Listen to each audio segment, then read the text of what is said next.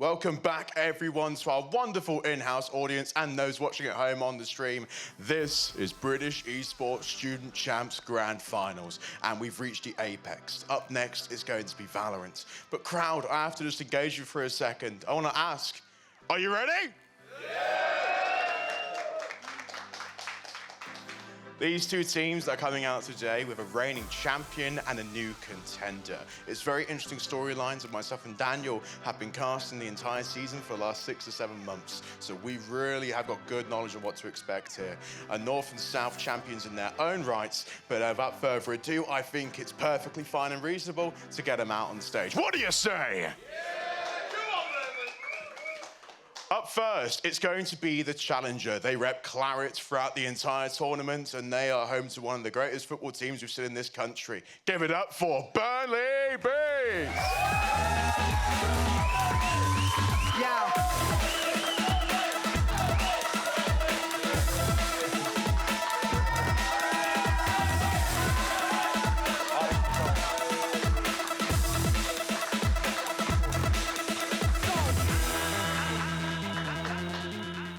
And up next, it's the reigning champion. They've been here before. They've done it all. They've got every single t-shirt you can think of in British esports. Introducing from London, the Colonel Cyphers.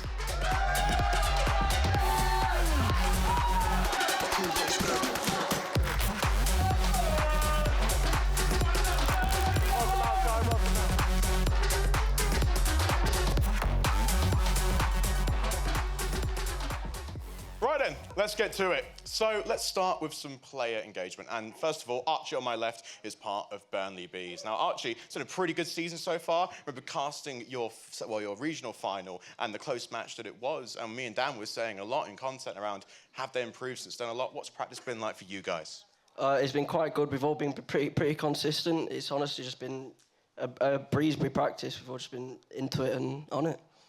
Beautiful. Now, of course, to my right is Kai, team captain of Colonel Cyphers. And Kai, I wanted to also ask as well, you've been here before, you're all champions in your own right, and you've rebuilt the team with 2 new players. We wanted to say again that the core 3 of you guys, again, it's there, the experience is there, but what is necessary to know is with a new challenger ahead of you, what are your expectations, good sir?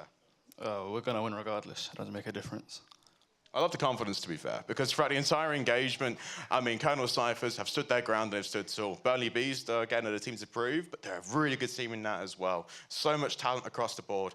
But Archie, are you excited to be here today in a British Esports Grand Final on stage? Of course we are, man. We've got this. Well, the crowd are on your side. There's no denying that. And Kai, to you as well for one last little recon. Colonel Cyphers, you want to defend your title. You're the first team probably to defend your title. What does it mean to you? It means a lot that we won before, but we just won again. Doesn't make a difference. And also as well, the League of Legends team are here too. They won yesterday. They stomped the opposition. And as well, your support network and the college itself is doing wonderful things. Yeah, well, they won, so we got to win as well now. That's the standards. You've got to set the bar high. I'm going to step back for a second so Archie and Kai can give a fist bump and signal the start of our Valorant Grand Final. Well done, chaps. Back to your respective stations and good luck.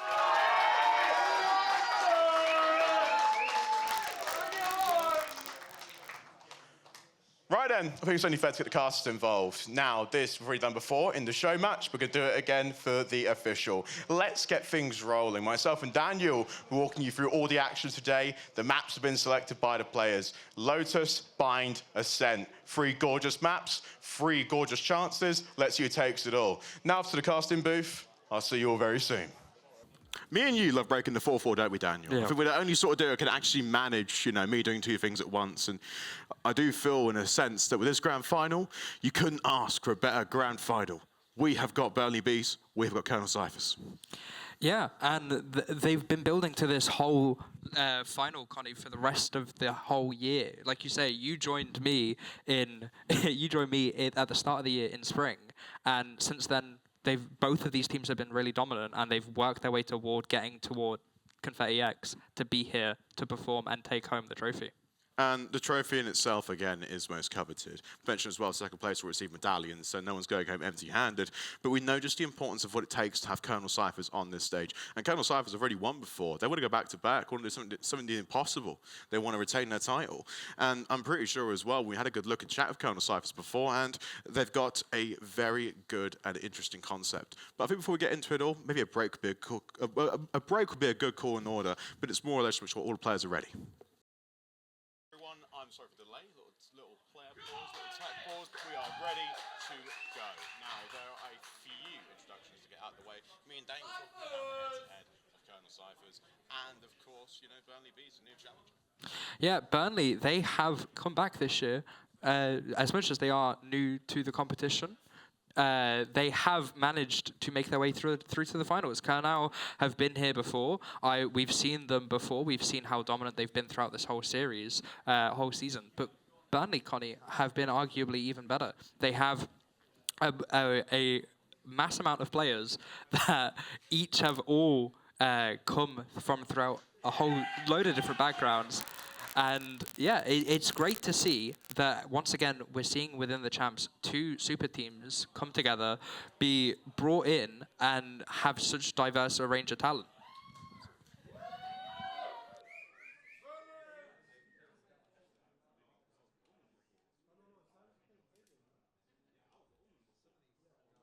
Okay. But yeah, and again, so Burnley, great. Nice to see Colonel come back, though. Colonel won last year. They're, like you say, they're looking at trying to keep the title. They're looking to try and defend it once more.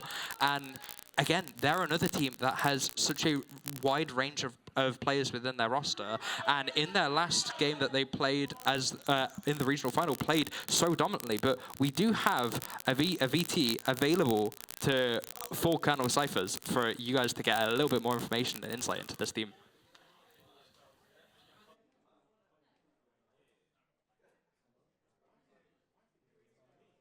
Hi, my name is Dan. I'm a Valorant player for Colonel Cyphers.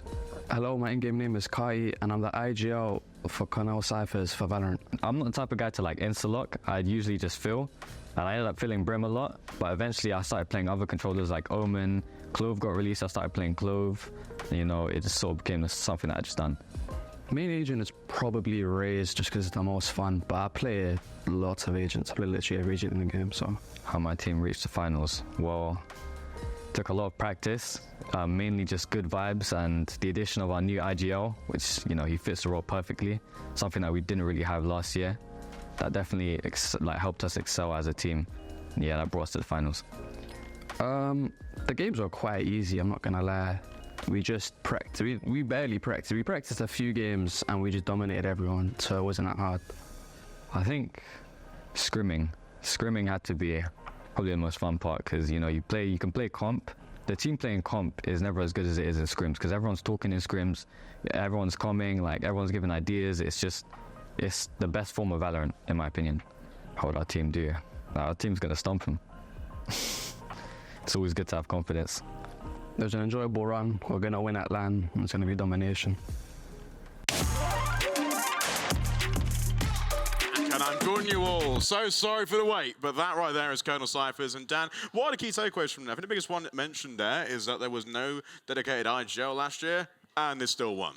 Yeah, and coming into this year, they've managed to bring that role in. They've managed to not only keep their core roster of 3 players, but they've also, like you say, they've brought in an IGL. That IGL is going to be Carty on that duelist, can also flex onto an initiator, but leading the front, leading the charge, being the IGL and the entry at the same time, it's something that has worked throughout the whole season, but it's something we don't see that often. I don't think it's been a methodical team build here in terms of solely trusting roles and set strategy. Maybe they're a team that just really gets on one another outside the server and just kind of trusts and knows instincts from, you know, the years we've been playing together for. And to mention as well, 2 new players are joining this roster. So a rebuild has been the last year for Colonel Cyphers in Valorant, as we look to see them try and defend their title. But I mean, in terms of everyone, we've already done some content beforehand, and we talked a little bit about Colonel Cyphers and just what they've been expecting, and you predicted them to win the whole damn thing. There's no denying it that you think Colonel Cyphers is going to go all the way. Yeah, as much as, Connie, you're from the south and I'm from the north, and as much as I would love Burnley to win, I personally think Cyphers on paper are a better team. yes, Burnley do still have a pretty decent chance. It just comes down to whether or not their star players can be woken up in time and start on the front foot going into their games. And if that happens, well, then it's going to be a really close series. I think that's going to be the big win condition here, right, Daniel?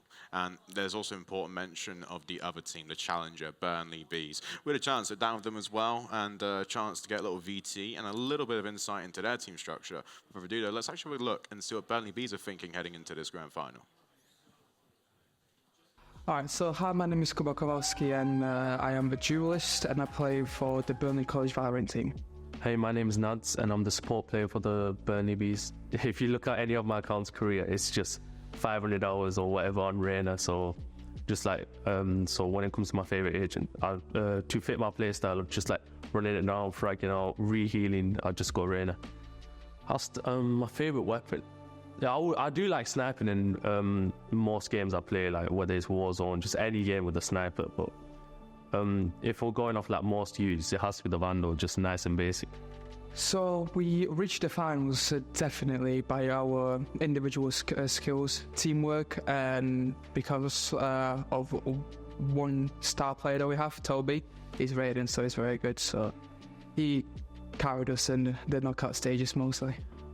I reckon we'll do really well. Obviously, like, I think only one person probably will have LAN experience out of all of us, so the rest of us will be like shaky at start, but then once we settle in, I reckon it'll be a very good match. Well, I am very excited to play in front of the stage, but also it's a bit, I'm stressing a tiny bit because obviously it's my first time playing in front of a crowd, but hopefully the excitement's gonna take over the stress. Any final messages? I myself will try my hardest to bring the victory to Burnley Bees. I'm pretty sure we'll do good. I'm pretty sure we're gonna win, if not 2-0, then 2-1, because as I mentioned, we're very good individually. Our comms are good. We have some good communication, so I'm pretty sure we're gonna win the finals.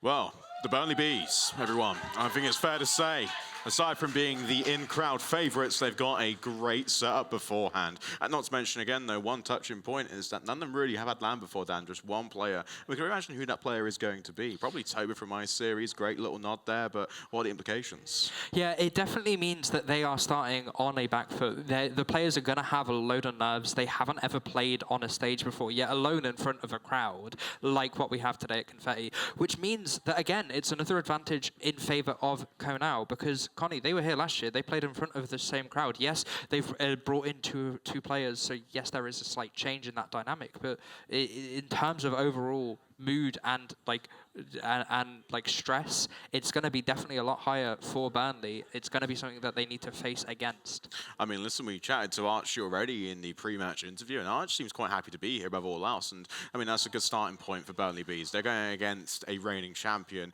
A reigning champion who looks at history and become a two-time consecutive British Esports champion. It's a very special series overall. I mean, we watched them both in North and South divisions. Colonel Sives had a very easy time down there. It's fair to say. Kai respects it overall. But now, this is where things get a bit more interesting. Agents select. And already, Burnley Bees are not messing around, getting their agents locked in. And it's interesting to see Toba as well, getting off of Cypher, hopping onto Raze. Yeah, Toba, like we has inside of Polaris, which is the tier 2 scene, plays a lot of Sentinel, but in terms of what he plays within Student Champs, it's always been that duelist. This has been a map of Lotus that both teams have played, especially in their last finals, Connie. Both teams played on Lotus, so this was a guarantee. This was a map that we were always going to be seeing. And that guarantee is only going to be incentivized by that trophy at the end. And Toby's taking a big gamble here, switching off to a new agent. Although throughout British Esports, we've seen him on Jet at times, there's no denying it. But the biggest implication that does mean, well, listen, Toby's been playing one style and one set pace, changing up for the team and being one of the more mechanical players makes it even more of an interesting scope. But here we go. Colonel Cyphers, Burnley Bees. Could you ask for a better grand final? That's what dreams are made of. Yeah, and this is going to be a great match to start on. Like I said, they both teams said this is their home ground. They're both really comfortable on this map, and just alone when it comes to their agent picks, Connie, we have had 3 patches since they both teams last played. That has highly impacted a lot of these agents that they have picked. And in terms of overall comp, it appears to be next to no changes from either team based on when they both last played. 3 maps and all 3 sides to start. Burnley Bees on defense and Colonel Cyphers on attack. Instant smoke just to stall the push. And Colonel Cyphers are ready, sort of assessing their options. No one's sent to mid just yet. Toxic Screen sort of covers information for now. There's no real set play. Burnley only really are peeking right now just to toy time. Yeah, a slow, methodical pistol. Contact now made, so speed up will be coming through. First blood found by Carthy. And Connie, that's the round already open up. Yes, that you do have Nads still left here for the site, but that's the sole player for the side of Burnley to anchor, and he's just fallen now himself. Spike will be going down, and it's going to be an awkward retake for Burnley coming in to Colonel Cyphers. They're playing Tree as well in this post plan, and it's a very impressive setup from Colonel Cyphers. Why not in a 4v2 just stack numbers and play trades accord? I mean, listen, if all goes your way, you'll still have 2 players alive at the end, right? Pistol round, of course, to mention, aside from the other 2 coming up, it's one of the most important rounds in the game. It really sets the tempo, the economy to see you through this whole match. And Gorn and Radar will close it out. That first blood drawn, that first round drawn, Colonel Cyphers take the lead. Yeah, taking the lead it's a great way to start off the series. It allows for you to set the tempo, get your mood high, and Connie, it will potentially can just allow for such a better LAN experience. Like I said, this team of Colonel Cyphers, they're the more comfortable team. They're the team that have played here before. They know what the stage is like, and yes, it's only the pistol, but hey, it can set the whole mood for the first half of the game at least. And the first half of the game, of course, will be stalled just a little bit. A quick tech pause, sort out player troubles. I mean, it wouldn't be Valorant without a few tech pauses here and there. It's just part of the game and the bread and butter that we know and love here, Daniel. And I really sort of float towards that first round just a little bit to recap, because Colonel Cyphers, really impressive on C, but it's their ability to stay disciplined on the opening break and even recognize the ideas on how Lotus should be played on attack. Rarely we see everyone go to C straight away. I mean, again, that could be a hole that could be exposed for a blind counter. I mean, the A play was relatively impressive. We kind of understood what Burnley were trying to do on the A. They were trying to peek information, not to lose too much damage. But when the kills were found at close range, Colonel Cyphers put bodies on the site, and it was going to be quite a clean take. Yeah, and like you say, it's exactly perfect. Colonel showing why they're the reigning champions, showing their dominance, or not even dominance, showing their skill already this so early on into the series. And Connie, like, we can't really draw much from it. It was just a pistol. But in terms of overall, like, it is something that needs to be spoke about, because, like I say, the nerves on the stage, it's a very big stage. You know, these players, they need to be able to ground themselves, because it's a lot different playing from within your education center or even at home, competing online, to now being in front of a LAN environment. That was our first point of conversation when we started doing the content beforehand. A month ago, me and Dan created a series of videos and really highlighted the Valorant final coming up. Dan's core point is centered around from home to LAN, from bedroom to LAN, the big transition that it might be, because no player is guaranteed to be all right at LAN, experience the intense atmosphere, some of the usual esports standards. And it's very impressive, though, to see the play be all good. And also, as well, the anxiety the players must feel, given, the new experiences they're going to face, is going to be a key talking point too. Can they keep the nerves under control? Because now, that round number 2 is about to start off very nicely. The same sort of setup from Colonel Cyphers. Spread 3-2, C to A. Burnley, though, opt to send a smoke in the same spot, aggress out further than inside the site. They want to make sure, again, that they're funneling Colonel Cyphers to an easy set of kills. Yeah, but funneling, Connie, like, look over toward A. As much as the spike is committed currently over towards C, you have 2 players lurking up in toward A, Carty and their Viper player, just being able to then take pressure, draw, rotates, and look, the fade of the side of Burnley is already trying to leave, because all of this util being thrown for a fake, and first pick already found by Radar onto Chonk. They now know that the C hit is going to be coming through because of all this util being committed, and rotates are coming through quick and fast. Toba draws a headshot there. Little utility as well, just a paint shell to stop, and he gets second. That spike is down. Cooney needs to make sure smoke is there in front to reclaim spike. Luckily, Colonel Cyphers get away. Hello There has got a wonderful eye, though, just to make sure, again, Burnley can get the necessary information, gets a couple players, but still no major commitments here. Carty with Vandal takes care of Kronos. At 2v3 now, as both teams are posturing for position. Yeah, just opening that door, again, keeps the rotate over toward B because you don't know whether or not they are going to be committing again to see information now gathered. Rotate does come through, but Kati with a nice clean shot. Traded back by Hello there with a classic. Manages to get 2, can't quite get the last second round picked up for Kernal. But Connie, that was a very expensive buy-in that you lost so many weapons. I know, and Colonel Cyphers as well retained, well, at least in the 1v1, that Vandal is going to be the main sort of scavenge after that round. But let's just break down a little bit in terms of what actually happened there. Again, you mentioned that C to A split, but when the C equipment finally came in to expand the strat, but Colonel Cyphers actually has a lot of resistance and know just how dangerous Toba is as an anchor on the site. Yeah, Kernal have definitely been doing their research, Connie. In their last series that we saw, they were playing a lot more as death balls, with then after doing that conditioning of playing as 5-mans or 4 and a lurk, they then changed it up and had different strategies. But again, coming in now to round 3, there's just an aggressive play over toward Mound with that same 2-player lurk over toward A. The side of Burnley, they are aware of this, and with their better weaponry, they're hoping to hold. Toba, again, first blood, and Karnos to support. This investment was worthwhile, as now we're seeing Burnley Bees turn aside. At 5v2 and 3 necessary kills control the map.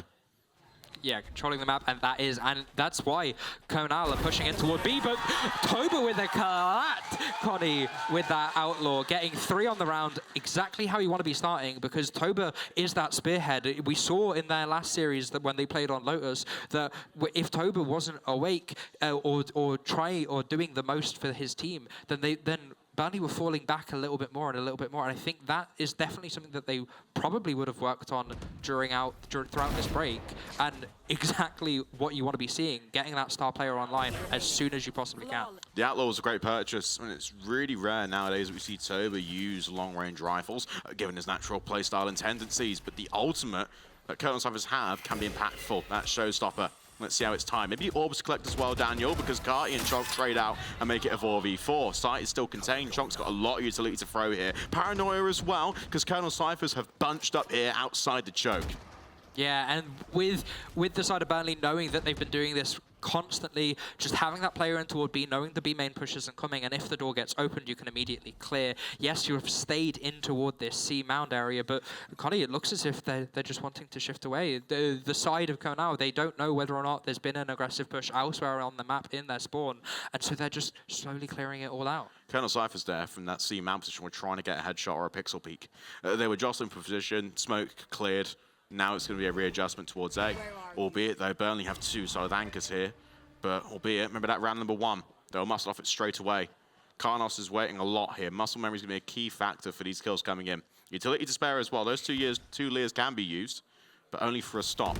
That smoke goes down, and straight away, a vital kill that Colonel Cyphers needed. Spike 3v3, the site is almost open. A fast rotation for Burnley Beast. Yeah, fast rotation at that, but Connie, the site is enveloped. The spike will be going down, not in necessarily that much of an open spot, so it is going to be an awkward play in toward tree here, but it's the side of Burnley. They now need to fully clear out everything. They need to ensure that no one's main. They know that no one has come that side of main because of the trap wire, and the lockdown's being used from Kernal just to buy even more time and force the players of Burnley out. I love the idea as well, because Burnley Bees have utility. This door is the big separation point, but it's easy for Cord and Dandan to find the kills. Everyone in Colonel Cyphers is bunched up in tree. It's a copy-paste strategy from round 1. It pays off time and time again. Burnley need to find their way around this quickly.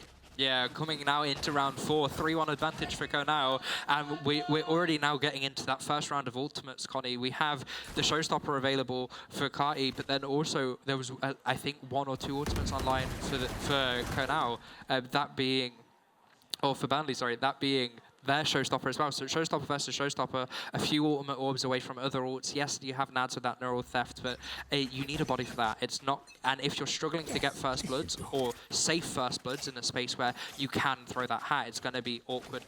Instead, though, Burnley's changed their plan up. They've said, hey, we've been playing too passively. We're putting the Cypher over towards C and we're going for an A main push. Yeah, but Colonel Cypher's still committed to C regardless. Nads all alone, blinded and show stopped. Carty draws that first blood. It's a free 5-player entry with 75 seconds left on the clock. That spike we planted, and Burnley are basically battling for mid control, which is an awkward spot because Radar's been lurking there the entire time.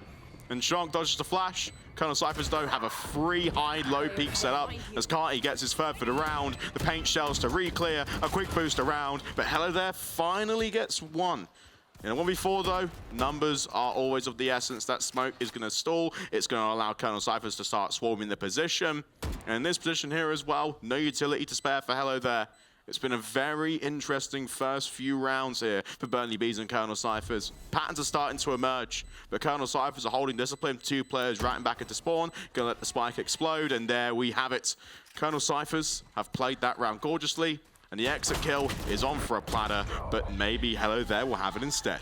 Yeah, Hello There managing to get Dan it's a little bit of chip damage here and there. That's all that the side of Burnley needing to be doing currently, because now they've won consecutive rounds, Connie. Their economy is going to be strong, and so yes, forcing one rebuy isn't going to do that much at this current stage of the half. But when you're getting into that latter half stage, when you're getting toward the end, that damage is going to really impact. Biggest implication, though, is that Colonel Cyphers now got lots of money and lots of weapons. The upgrades are available. And Burnley Bees are going for a broken buy, as you like to call it. It has to be a broken buy. Why else would you? The competition's so fierce, and Toba gets that first with the Guardian, but Carnos is looking good as well.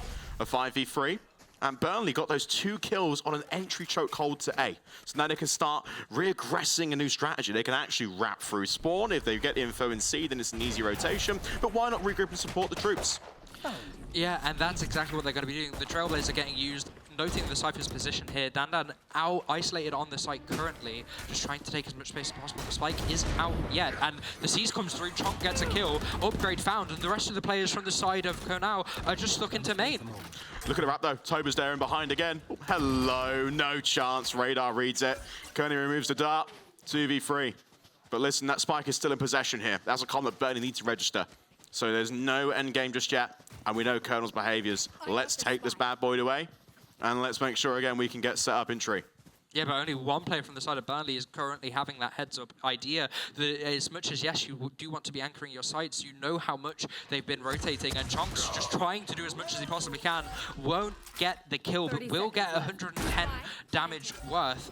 Yes, spike does go down, and they can now start to play in tree, but Connie, it's a 3v2 retake. And it's a very difficult position now as well, given that Burnley Bees are going for the north side of the map. The high low is going to be huge here. Naz is trying to play for pixels, get a lucky headshot. Camera available too to get information down to Crossfire. Eye is shot down. A little trade either way as Cooney wraps up proceedings to make it that 1v1. Holding in tree, 40 HP. Hello There on a full stack. The swing is good, and Hello There converts as Burnley win the crucial 1v1, defuse that spike, all necessary money in which they look to try and scale back in the series. Yeah, and that was a thrifty, Connie. The Burnley, they bought in with, I think, at most 2 Guardians. The rest of them had Sheriffs, and that round came down to that initial push in toward A. They adapted, they changed, they put their 2 duelist players on the defense over toward that A site and just pushed, because they hadn't done that before. There hadn't been that much aggression. What's interesting as well beforehand, Lotus is a very interesting opening map. You know that last grand finals that Colonel Cyphers were a part of, and this was not in the actual map set that we saw last year. They didn't really like them as map to start off with, and they've allowed Burnley to get this one through. Still a nice lead though to keep it at least in close quarters. Yeah, and Burnley, they have 4 ults available for this round, Connie, if they want to commit them, because the powerful ults at that, you have the Nightfall, you have the Showstopper, and with the Rainer buff that happened in patch 8.11, it's even better for Kronos. Colonel Cyphers, though, again, are actually opting now to send a very nice stack towards A, but look at the pathing on this one. Carty gets tripped up straight away, immediately the cage is triggered, and now you're seeing Burnley start to reposition themselves deep in spawn to make sure that no one can escape the rats, and they're sending 2 more players to commit to the site, but that isn't the set play. It feels like a dummy for Colonel Cyphers. Dan gets that first trade. Look what the killers there on C, completely exposed. Now you're forcing a re-wrap around, and at this point, Burnley are on the back foot because they have to now commit towards C. Yeah, and Burnley, Connie, because they don't have that information, they've rotated players over. So by the time this hit comes through, what looks like onto B, you've caught a player out being Hello There, and the site's now entirely open. Yes, the B site is a more awkward site to play against, but you've managed to take 2 out of those 4 ults away from Burnley. Big, interesting smoke here. Toba has got to get through a couple of utility barrages. And as well has a blast pack and nade to work with. Kurskati though, make sure Nads is cleared from outside. Toba now trying to get some angles from the pixels. Counter paint shells both ways, has to reaggress back, but still, Karnos hasn't quite yet been identified. Empress is popped, but to what effect that might be? A new play call must come in here. It's a post-plan situation, 4 or 5 Colonel Cypher players alive, and it really seems to be that Burnley here want to save this one. Yeah, you need to be saving in this position. This has been the round that you kind of bought into because of that round win prior. So yes, your economy is going to be a little bit awkward, but Toba's just, again, going hunting. He's trying to get exits, manages to get one onto Korn, and Connie, the other 3 players are just cowering in over toward A lobby. They don't want to give any guns or lose any of their lives, and rightfully so, because as soon as Toba gets that momentum under him, he's hard to be stopped. He's the X factor for Burnley Bees, there's no denying it. The golden goose for that roster. I mean, given the experience that Toba's had this year, why wouldn't you put him in the star role, in the star player position? Polaris should be enough of a wake-up call for Colonel Cyphers to realize what their win conditions are. That's kill him straight away as soon as possible, and then we can work around the system that we've built this last year. Yeah, and they were doing, as much as they didn't kill Toba in that round in particular, they were just playing against wherever he was, and we're coming now in to this next round, Connie. A little bit of a quick set through, and map presence already aggressive over toward A, and there's been another adaptation for Burnley, 3 in toward B. C site is open, and the Seekers get popped from Colonel Cypher, so they know that this site is open because the Cabbages haven't gone anywhere near the C. Carty straight away sticking that spike down. And the Molotovs as well, those nades, very well placed. And that's just because Burnley can't make a move. They don't know the smoke's there in terms of what's behind it, right? So spam shots through this is going to be the biggest implication. Toba now repositioning as well to try and get a pixel. But listen, great discipline. Nightfall comes through. Carty gets that wallbang headshot. Toba's showstopper finds no impact despite the large investment. And again, reinforcement mollies as well on the spike are popped. And Toba now can just swing around small angles. Gets another 2, but Carty's showstopper finds a couple. Makes the trades even more interesting in a 1v3. Make it a 1v2, make it a 1v1. Toba's showing signs of life, has a paint shells to spare, but will it be an easy read onto Radar? We don't believe what we're seeing. Toba injecting that confidence. Burnley Bees need to scale back, but is the time on their side? Yes, it is. And that right there is a Toba effect, Daniel. Yeah, Toba showing his power, showing why he is, like we said, the star player of this roster, showing his dominance. And Connie, all that needed to be done was a wait for the tap onto the spike. The swing came out a second too early, and if that didn't happen, if that swing came through as it should have, there wouldn't have been enough time, and the side of Canal would have won that round. So there's a little bit of crack starting to show, but hey, it's only one round. We're not even at the half yet. It's still anyone's game, and looking at the leaderboard alone, we're seeing that it's a game of Toba versus Carty, both of those race players having such high KDA.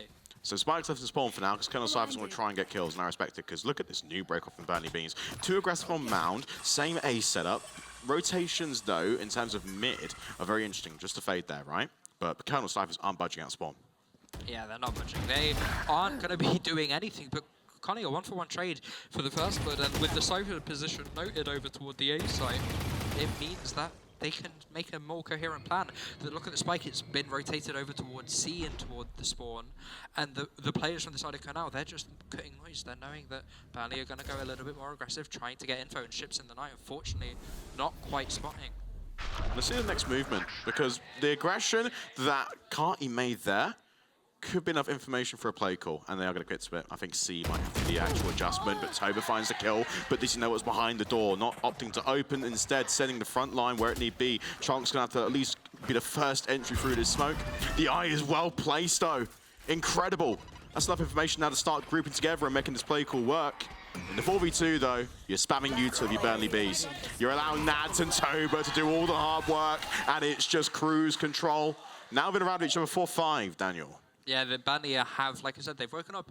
They finally managed to bring themselves together. They're showing what the prowess that they had in that last final that we casted, Connie. And it's great. It's a great time to wake up early on in the game. But Canal, they need to potentially change something up because there have been situations here that they should be winning that they've just been throwing because of small little mistakes within their team. Biggest interesting point, Daniel, though, in terms of the first half is actually just a general record of these two teams. When you look at the first half and the first 12 rounds, Burnley Bees rely on Toba for most of their first bloods. And again, that's been Colonel Cypher's largest implication in terms of how do we win this game. because this Toxic Scream for now is cutting off information for both sides. Colonel Cypher have opted to send a large stack through there, and only a very interesting lurk in mid on the Killjoy with no impact because the players are wall to wall, they can't see each other. Yeah, they can't see the X-ray that we're getting to see, Connie, and it's going to be a B push all the way from A. It's a B split even, and Toba caught in an awkward position, manages to get first, but pops the showstopper, gets a second. Unfortunately, paranoid by Dandan, and it's trades back and forth. Spike's down as well, and a great smoke too to reinforce. Wonderful work from the controller. This is now full control of Burnley Bees onto that Spike. Colonel Cyphers are rattled. They're stunned. They have no idea what to do. And their implication is we can't do anything at this point. Got muscled off of our own execute. 2 players off to live. And haven't even re-cleared A yet. But that isn't Burnley B's intention, is it? No, and it's not an issue that the Spike is in the enemy territories at hands, because the From the Shadows is available, exactly popped by Dandan. Spike did get picked up, and so it will be going down on A, but the information has been noted. Regather and recollection is going to be coming through from Burnley. No ults available for either sides, but the second wave of util has come back, and so the Horn and other pieces like that are going to be available just to get a little bit of info, and it's going to come down to Cooney. Cooney's got a good line and 2 free kills. No way, Dan's actually got the third. Hello there, 1v2. At this point now you're playing the clock. You have to make sure the kills are found at the right time, because that right there was a late lurk and the most impactful play you're going to see from Colonel Cyphers.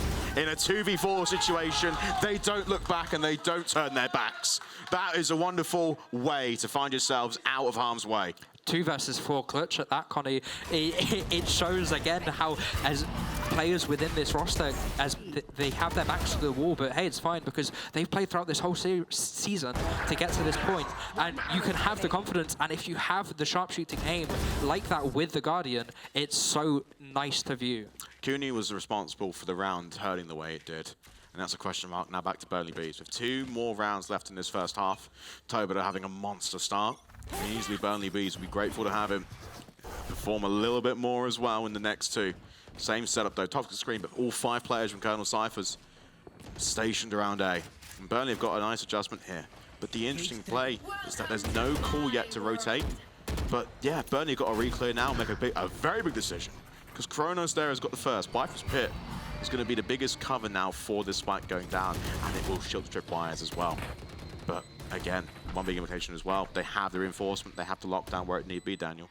Yeah, and exactly that, Connie. They're using both the lockdown and the Viper's Pit in this round just to try and get it, because they want that advantage as strong as possible. Toba trying to take a fight, unfortunately, will end up falling, but it's a pinstripe kill, feed back and forth. That's the lockdown now finished, but time's rapidly ticking down, so this retake has to come through quickly, and Connie, you're having to go through a Viper's Pit to get it. Carnos can't see all 3, but all 3 will see him. And it's easy now for Korn to swap to the secondary as Dandan rounds it out. 7-4. We now look towards the final round in this first half. And let's establish that economy right now, Daniel, because the final chance to get around back and set the scene for the second half is going to be the most key thing for these players. Yeah, the economy is, they should have been prepping for this. But this should be a buy round now in for both teams. Yes, it might be a little bit awkward for the side of the defense, Connie, but exactly that, yeah. Half shields, Spectres, Nads unfortunately being forced onto a Sheriff full armor. So not your best buy, but we've seen how much work Toba got to do with that Guardian before. Who's to say he can't replicate it again? Toba and Cooney have found great success with that weapon. And at this point as well, given the economy state and how much these teams love to spend, I say now it's become quite a key weapon now in this series. But it's an easy break on Colonel Cyphers. C is very much theirs. And Burnley have to respect all the utility they're going to face right now. Trunks saved the paranoia for a retake, waiting for players' position now, so that this can be a very interesting take. But it's Dandan, the very interesting spot, and Naz can't hit the pixel. Throwing Rumor down as well, funneling players away from the choke point. He's not the cart, he just positioned himself around. It's Karnos there again, dismisses. No information taken from the swing. Yeah, look at who the last 2 players are that are left alive. It's Toba and Kronos, the 2-star duelist players of this team. Connie, we've seen them be able to pull feats out before, but we're in such an awkward position with Paranoia available as well. They're not going to be able to do it, and it's going to be an 8-4 half in favor of the side of Colonel Cyphers. 8-4. I mean, fair play. They got to really have a good time. This is Burnley's map pick, and the attacking start was always going to be one of the more interesting conversation points to have, because this map is very, very loose in terms of projections in the first half round, because teams play every system possible to try and counter the opposition. Yeah, not only that, but this is an attack-sided map, obviously. There are 3 sites that you have to defend, and so in terms of overall, you would be expecting a more attack-sided half. 8-4 is all right. It's not like we're down a load of rounds. It's only 4 rounds. You can easily bring that back. It starts with the pistol. And speaking of pistols, Kernel got the first. So Burnley are going to have to try and make a statement here to try and get theirs. And that's exactly what they're going to try and do. Very impressive that Burnley now going straight towards C. Colonel Cypher's setup is actually interesting. They go for 3-2, but the rotating player in the mid portion is a lot more proactive and aggressive. So this defensive setup is actually very gorgeous. That huge first blood you just saw there as well on A only means one thing. A 4v4 pretty much in terms of site take, because the Omen has to hold position in case of a reclear. Yeah, and speaking about First Bloods, overall, Kernel are a team that spreads them fairly evenly, whereas Burnley, they're a team that rely, like I say, on Toba and on Kronos to get those initial First Bloods, and later on into the later the map goes, the more likely it is that other players within that team get those First Bloods, and those First Bloods are so impactful, especially on a 3-site map. Yeah, Burnley 1B and Colonel Cyphers have actually read this very well. And the setup and hand is going to be more interesting. They've reinforced their attempt on A, but the swing from Kurskati, or even the intuition to call it, is completely wide open. But Toba beautifully flicks on. And now you can commit, because look what Colonel Cypher is doing. They rotate it off of B to C, but the choke points are so close together, they have to make their next move. A smoke to reclear and a smoke to make sure that no one's pushing straight away to buy more time for Burnley to set up. But it's still interesting. Toba's nowhere near the site, still lurking around for any sort of exit, watching the flank in case Burnley do get shot from the back. But Chonk has got the first point of contact, has the read clear. Dandan and Korn no trade away, and Dandan's got 3 for the round. And Toba is no match in that situation, as Korn had the perfect read clear. There you have it, 4 quick kills. And Burnley Bees again.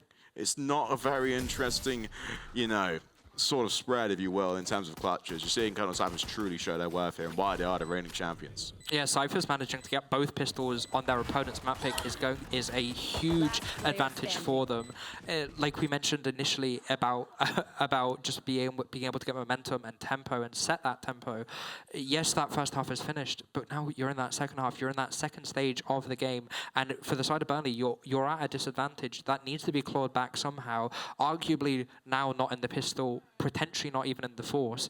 So it's going to come down to that third round after the half, and that really buy in those gun rounds with the ability to be able to bring it back, because from the rounds that they got, it was a lot of thrifties. And already aggressive Burnley. We love to see this. Kurskati has to make sure again that that eye is taken care of as everyone now starts collapsing onto the site.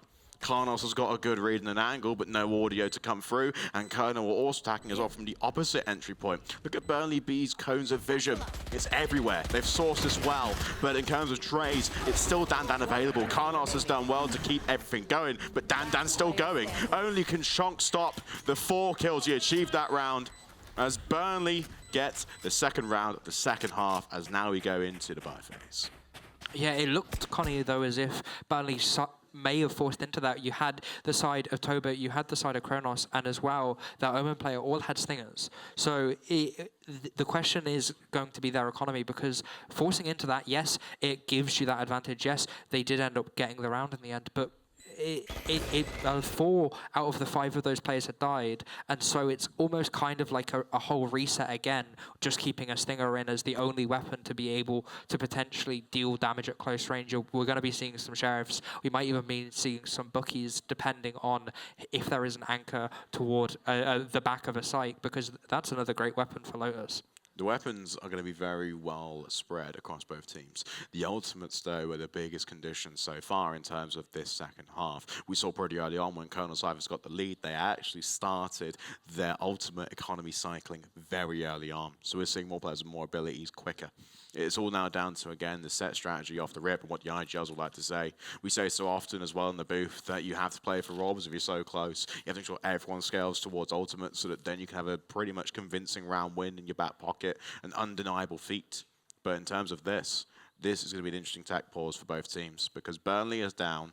They are down by 4 rounds. They're showing signs of life. Toba has been very impressive in keeping them above water. But Colonel Cyphers have just done so well in coordinating their retakes. And even in after-plant situations, they don't really sweat too much, which is a very impressive situation to be in.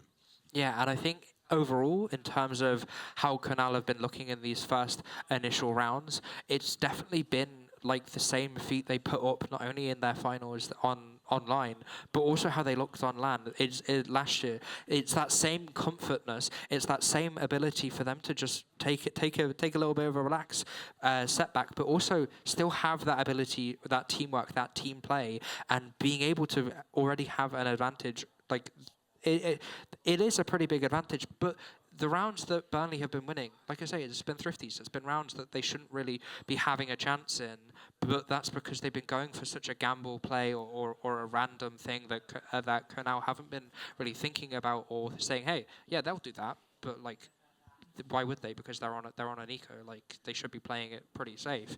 And I think that's exactly what Canal need to be changing within their game on those ecos, because they have been getting thrifty. They have been losing players in situations where they potentially, if they were to have been thinking Connie, then they would have been playing more coherent, because they have such great protocols on their anti-ecos, but in this first game of Lotus, it doesn't appear to be coming through nearly as prominently as what it was online.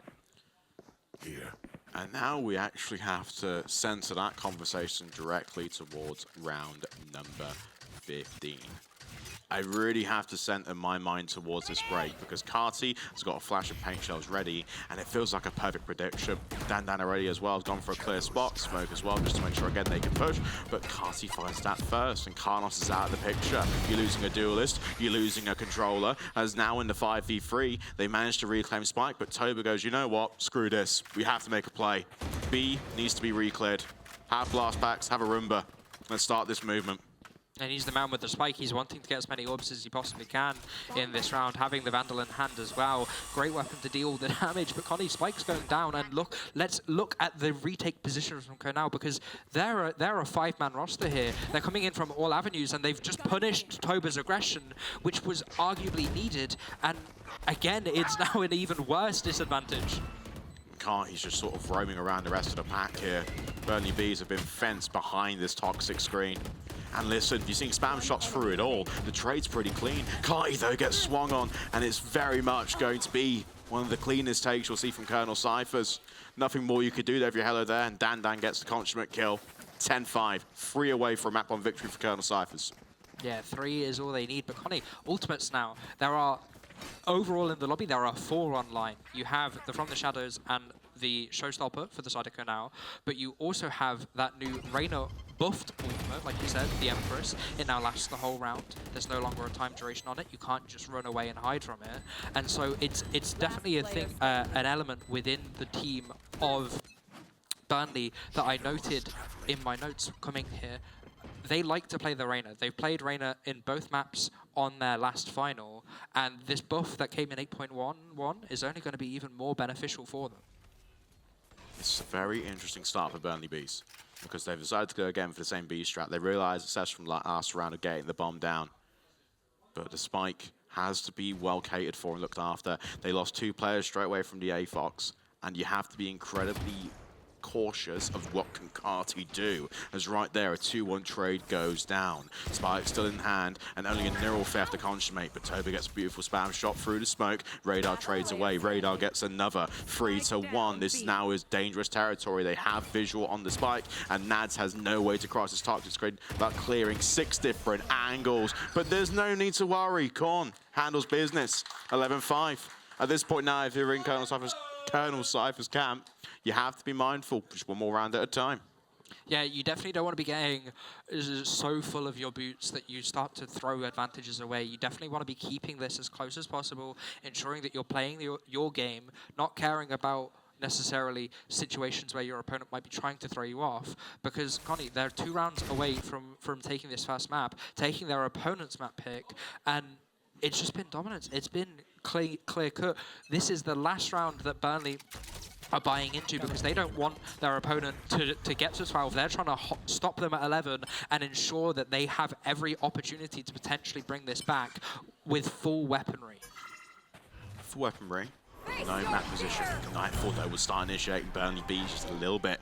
You send one player forward, that's Toby. The rest of the players join the pack. But Radar gets 2 with the molly. That's impressive.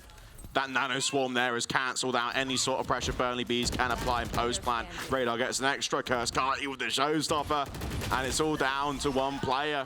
But Colonel Cyphers have just played the picture-perfect read and execution and stopped Burnley in their halts on C. What do you do there? You pop, if you're the side of Burnley, you use the Nightfall and the Empress. That's 2 out of the 4 ultimates that they had available used in that one round. And 2 of them just died to volleys because of a vulnerable from the Viper Snakebite. It was perfect coordination with their util. And Connie, potential last round. 2 ults online from the side of Burnley. Yes, the showstopper can have impact, but in terms of overall kill spread from the side of Cyphers, it's been fairly equal with Carty just trying to do the most. Well, Burnley have no money or time for weapons on a map point, and it's just demolition. There's no way Colonel Cyphers were ever going to lose that round. It was a firing squad from the A choke point, and they take map number 1, 13-5. Colonel Cyphers came into this tournament looking to retain their title. Well, guess what, Dan? They're only 1 map away from doing so. Yeah, it's showing their dominance, showing why they're the reigning champions. They've managed to bring in 2 new rookies, adapt them into their team, bring them up to the level that they were. And if you're a Burnley supporter here, Connie, you're going to be a little bit worried. You're going to be hoping that when it comes to map 2 of Bind, that they potentially bring something back, because starting the series 0-1 down, it's not a good look for you, especially if that was your map pick. It was your map pick, although Colonel Cyphers at the best side, and we see it time and time again in Lotus. Doesn't really matter if you pick it, you must have total confidence in the pathing, in the flow of the map, and in what your opposition is going to do. And bear in mind, in British Esports, both teams have waited around 100 days plus to play each other. It's been a long absence from the game, but yeah, you can't take anything at face value, especially given the stakes of this match. You must always, at all times, understand the importance of what Burnley must do. But this map, they lost Lotus, they're going to Bind next. Okay, and Bind is still a very impressive map in their pool. There's no denying that Burnley can do the job there. They'll have the pick on the preferred side, and a strong start always leads to a victory, given just how important those 2 teams are. Yeah, like you say, Bind is up next in terms of the team's overall playing of them. Konao have played it 3 times, Burnley have played it twice. So again, Konao having another advantage. But Connie, if Burnley have only played it twice and there hasn't been a video footage of Burnley playing it, Konao, they're gonna struggle a fair bit, because there's not that tape that you can go back and look at. Instead, you're just going to have to think about how they've played on all their other maps and potentially change that into whether or not they're going to be playing in a similar fashion on Bind. Well, their fashion on Bind is going to have to be very direct. Listen, they're on defense to start with. Bind, again, is a map that has a very punishing defense on first half. Toba throughout the veto process, as well as Kai, were actually very confident in what was going on. It seems to me that both teams are very mutualistic in their agreements on what was best and what was the right fit for the vetoes of this series. But you have to bear in mind again that Burnley Bees have the Colonel Cypher, and if you want to sort of go into Leighton's terms for that, they have to start off very strong in the first half to buy enough of a gap, enough of an insurance policy where we will see them have full control of the series. Because getting map control is not an issue when you have Toba in your team. We saw clutches right at the very first half, and it sort of bleed through into the team's ethos and impact. It's just a slow start. It's absolutely fine. Given what we know, and given how things are, Burnley Bees, their first time on stage against the reigning champions, of course, it's a tall order. Yeah, and again, Connie, in this break that's going to be coming up, they're going to be talking with their coach. They're going to be ensuring that they have a set idea for Bind, because realistically, yes, they're on nerves, and yes, we can put that map up to stress, but that's not the Burnley Bees we've seen. That's not the Burnley Bees that made it to LAN. They are going to have to come back stronger, and Bind is where that playhouse is going to be. Bind is the playhouse, but after a very quick break, we'll be there. Don't go very, very much out of the loop. Listen, me and Dan are still here. We're still going strong. The crowd are enjoying it. Everyone across the board is enjoying it. 13-5 was the first map to Colonel Cyphers. Bind up next. Will we see maybe a reinvigoration of the series by Burnley Bees? Oh no, Dan, you won't believe what's just happened. I'm seeing tears in your eyes as well, so this is really fitting of the occasion. The biggest thing that you have to understand, ladies and gentlemen, is that the Valorant servers have gone down. So we're going to delay this a little bit just to give full context and disclosure. It's not us, it's not them, it's Valorant itself. It's just turned off for the day for some reason, Dan. Yeah, it wouldn't have been an event without at least one major tech issue, would it? One major tech issue. That's always the theme. But what we'll do is have the screen on back for a little bit while we try and rectify this as soon as possible. But don't worry, we're back in the seat, back in the booth to sort it out for you all. And please stay tuned for the map number 2, Bind coming up after this. Be right back. Welcome back, everyone. We apologize so much for the delay, but it's just Valorant being Valorant. I mean, me and Dan have just been sat here writing notes, and we've got a few little improvisations for you. For me, I'm going to make sure that I have the mic on this time, just so that you can hear me, instead of me, you know, just sort of doing my best miming impression. Yeah, and as much as I want Kernel to win, I am in favor of good Valorant, and for good Valorant, we need map 3. We do need map 3. We need to see something special on that ascent. And we didn't actually get attached to touch on the map vetoes beforehand, but mentioned it on stage already. It's going to be a first off of Lotus, and then Bind, and then the Deciders Ascent. And you have to be very mindful, again, just of what the importance is, but the vetoes itself, I mean, very special, Daniel.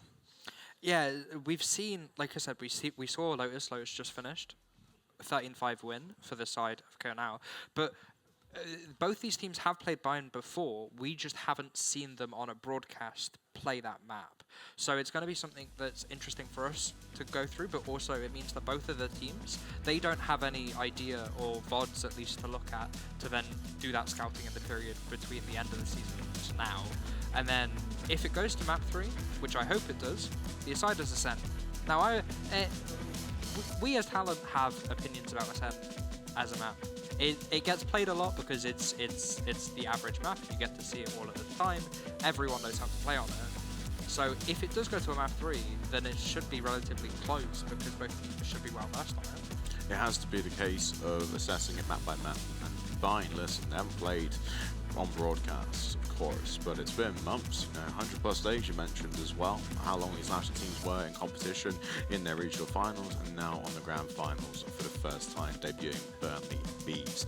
You have to also keep, the level there. You have to truly understand what is at stake and also just what Bind is going to be.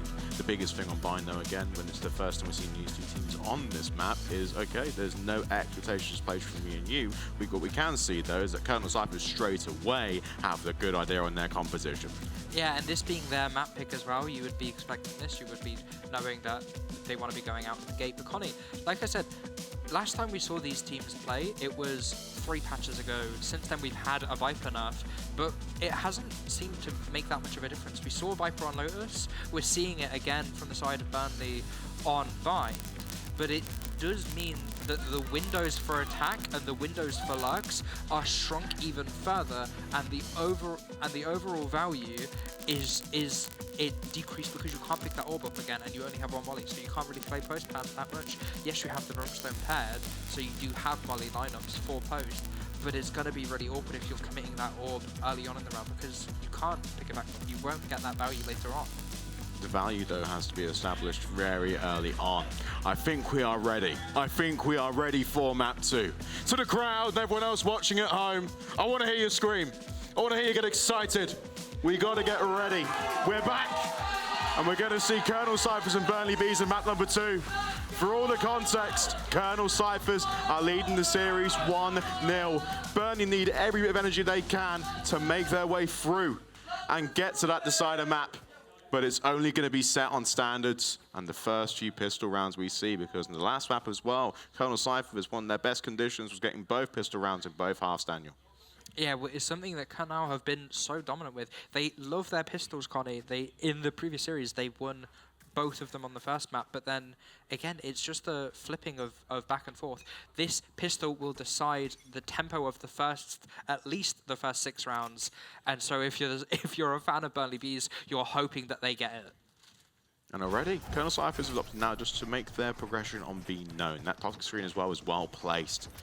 Very much spam your util now if you want to get through there. As Kai makes the first move on the chessboard, that dizzy flash is timed perfectly. But all of Colonel Cyphers are here, and Dan time and time again makes that first blood known, and the second as well. Burnley Bees have to rotate now off of A full side control and a post plant Colonel Cyphers have installed. Yeah, Dandan showing why he was the MVP of last year, Connie, showing why as a team they were so dominant. But again, it's 5 versus 3 retake for the side of Burnley. Numbers aren't favourable, making it even worse. Nad's managing to get a wallbang spam back though, so numbers flipping a little bit more, but it's going to come down to these duels. Nad's with a 3! Nad's with 4! Wow! 4 on the round. Welcome to the show, Nads. Great to have you here. If ever Burnley Bees needed someone other than Toba to come into the picture, Nads surely has sparked confidence, giving them a way in, because Dan was running the show at the start, but Nads said no more. The Sheriff was perfect for round 1, Daniel. Yeah, a Sheriff is a risky buy though, because you don't have any of that util, and I suppose if you're playing on that raise, you don't necessarily need it. If you have the confidence to hit those shots, they were 3 clean headshots, Connie, just flipping from target to target, now coming into round 2, 5 orbs already online for Nads, and Bai is looking strong. Aside from the buy looking strong as well, that replay was impressive. A nice sort of shout out as well to observers, Mickey and Jam, putting in work day in and day out, making it possible. You must understand one key instance here. That spike is left in spawn. Toba's just playing the swing to make sure information is relevant. So far has nothing. Just Carty there getting rumors straight away down to 30 HP. And already Burnley are applying the pressure on all the chokes. Yeah, they're showing that they're now here to play. They had that brief little intermission, especially with that tech pause added, and Connie, it's now just showing why that little bit of communication with your coach, with your overall team manager as well, can change the overall vibe in the arena, because we can hear it. It's electric in here. Of course. The crowd have been amazing all weekend, yesterday and today. There's no denying just how important they are to these players. The additional 6th man, it makes them even more impressive to watch. But above all else, though, no one's been traded out. 50 seconds left on the clock. Colonel Cypher's commit very much towards this a player down to a sliver of HP. And, of course, it's their entry duelist. And Cooney throws the flash. Hello there already. Wall to wall. Spectre out. First he shot down. And Karnos gets at least 2 confirmed. The trade's equilibrium. Burnley, 3v3 now. Post-plan situation, and Colonel Cyphers adopting now wall-to-wall gunfights. But the same rotation haunts Burnley again. Relying on Toba, you're relying on Korn and Dan to be the first few entrants. But now it's all down to Chonk. Stinger in hand. 2 bits of utility left to spare as well on the bar. The Stinger at close range is dangerous, but Danjan means business. And Colonel Cyphers registered themselves here on the board. Connie, it's the second round's just finished, and Dandan on the Brimstone has his ult already. Wow. Right, now let's talk about ultimate economy recycling. because that's something that you rarely ever see. Normally when you're playing a controller, you're being that IGL, but you're also ensuring that you're doing as not necessarily as little, but you're taking a back foot for your team. Dandan, Connie, is 6-1 on the Brimstone. Something that is unheard of in pretty much any tier of play, but especially in champs. So it's great that you have these players coming out aggressively to begin with, but unfortunately it's Toba once again getting that pace back under him, because we haven't seen much of him until this round. Toba on Sky as well feels like a brand new injection for Burnley Beast. Biggest thing to mention though, aside from the reclears that you have to take through mid now, given that Colonel Cyphers are now down a player, they've got full upgrades available, and Dan exploits it there for trade in return. Therefore the left players eliminated. Burnley Bees have got all their pressure from the front side, and Radar and Cunha pairing up well. Karnos there gets a trade off from the Sheriff. Still though, it's not going to be enough, and Naz gets killed with the blast back. As we now look at the final player, and it's Chonk again. Plying his trade, but Carty has the easy swing and the weaponry to match. Yeah, that's fine. That's the round that we weren't necessarily expecting the side of Bees to win, because they were coming in, they'd saved on their eco to ensure that their next buy round, being this next round, is what they're playing for. Because Connie, it's fine.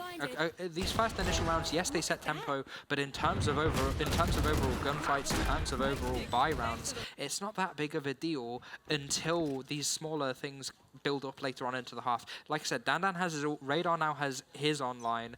Nads, though, with the showstopper from Burnley, that's a great bit of util that can be used and just immediately posted in towards short if needed. Yeah, the flash is being used straight away from Colonel Cyphers. No investment yet. Carty only really glances at one in heaven. Smokes cover all players on the floor. Counter Rumbas either side. Carty now is repositioning here in a dangerous spot. No one really has cleared deep beyond showers or even further that lamps. Naz, though, utilizes the showstopper, gets the first one drawn. And Colonel Cypher's down to 4. Bear in mind, though, the ultimate hasn't been spent yet, right? Dan's still got the orbital strike, but still, maybe the gun is just a better solution. Save it for later, get the rest of the players cycling through, start the confidence building there, because the trades go either way. We're wrapped up into a 2v2. Radar, either side here, gets 1, gets 2, no way! We're seeing Toba with 3 that round, and the orbital strike was spent as well, Dan. The investment was not worth it. No, the investment definitely wasn't worth it. You post that in just to try buy some time, force players out into the open, and yes, that's exactly what happened, but Connor, you forced Toba into the open. If it were the other player from the side of Burnley Bees, it might have been more favourable, and that's 3 on the round for Toba. Great replay there from Marcel, and hey, overall, it is just back and forth. Like I said, we haven't seen them play on Bind, so we aren't quite knowing what to expect, but knowing the caliber of the teams, it's exactly what I had in my mind, at least, of constant back and forths between them. We have to bear in mind now, look at the purchases. I mean, Burnley Bees, they're spending every round they get. And look at their buy, Daniel. It's broken. We say it time and time again. Colonel Cyphers have got more of an economic strategy heading into this one. And they're making sure they get the loser round. It's okay, but everyone still together, and the purchase needs to be unified with the team. I feel like Burnley Bees been scaling towards these fights and weaponry and head-to-heads, and understand now that despite the first pistol round going their way, Dan is a very threatening condition for them. Toxic screen now has been dropped onto B. A few spam shots through the smokes as well for Burnley, as they only have the adjustment now to start seeking refuge on A. But listen, Colonel Cypher's shifting for the largest portion. Why wouldn't they? A minute left in the clock, and still no play calls committed just yet. No, the spike is attached to a player outside hookah, so the side of Canal, they are just trying their best to play the map to potentially bait a push out for information, because the side of Burnley, Connie, they don't have nearly that good of a way of gaining information. It's either a Sky Flash, a Sky Dog, or the Gecko Dizzy. And yes, the Gecko Dizzy can be reclaimed, but if it's thrown into a position where it's just checking for info and it's really risky to regain, well then that's that whole bit of util lost immediately. Oh, nice swing from Dan. Pika's advantage plays off, and Toba is forced out of hookah and back into the loading screen. This is an easy take now for Colonel Cyphers. Look at the minimap. All red arrows positioned onto B. Burnley Bees have to make sure that they are funneling their way through the north side of the map and through to Elbow. The retake options are limited in this position, and Colonel Cyphers can plant the spike with 12 seconds to spare, put some reinforcement smokes down, make it as mixy as possible. Yeah, only one ult available online from the side of Burnley Bees, that being the Thrash, forces the player into an awkward position when they're using it, but it doesn't matter because the Swarm's already coming through. Kills are coming back and forth. That's a 2-for-2 trade. Showstopper getting popped and getting sent onto Nads. Another round win for the side of Konao. But, Connie, that one was to be expected with the post-plant situation that had happened, because you're retaking into a site and they can be anywhere and everywhere within it. Like, yes, you had your smokes thrown down, but it's pretty awkward to do such a retake when you have the numbers disadvantage. And numbers disadvantage again is a win condition that Colonel Cyphers are rightfully exploiting. And Burnley have only really shown signs of life. I mean, listen, that was beautiful to watch Nads get the impressive 4-piece that was needed in that first round to get the board. But listen, the ultimate's down. Burnley looking very nice. Seeker's still safe from Toba. The Thrash has been utilised already from Cooney. And again, it's to re-clear lamps, nobody's home. But Dan doesn't need information. Why not just challenge and take them all on? And still, a 1-for-1 trade opens up the lane completely from B, because that's where Burnley Bees had most of their players positioned. And it's a big ask now for Burnley to rotate onto the site, though, and Colonels have their 4 players. Paint shells for Kati to reinforce the lane, a spray down to convert as well. And why not push? You've got so much time here to work with. Chonk's got no real read on the play call. And even Kai's laughing at that one. He's like, what just happened there? You throw the U2 and I'll walk through it. Yeah, it's that aggression that we love to be seeing, the disrespect, because, Connie, all of this is part of conditioning. We've been seeing constantly Cyphers playing a 3-2 split or a 4-1, just having a Cypher sat in a corner waiting to get potential sound audio cues for that information, and then they make a decision. Because with the amount of time that they spend just waiting for something to happen, one of the players from the side of Burnley ends up going into a position where they can't be traded, where they're stuck and they can't necessarily get out, and then that's the first blood immediately found for Konao, and they speed up their take wherever that is. But now it takes me a lot slower. Same as round number 2 when we saw nothing until 12 seconds left. Colonel Cyphers have to wait for utility to be spammed from Burnley Bees before they can even start thinking about aggressing through long. And as well, the hook has been taken from them too. And Corn's got a big position here as well, just get play calls and even make sure that the TP address is as smooth as possible, because Burnley now can just reinforce numbers on the site. Quite easy for Naz there to see Kai overextend there. Makes it very interesting in a 4v5. All ultimates are invested this round, and Colonel Cyphers have a frash to spare. So really you have to start looking towards Burnley, making sure the conditions are there and available on this site for any kills to be made. That spike is planted though, and a great use of the wingman.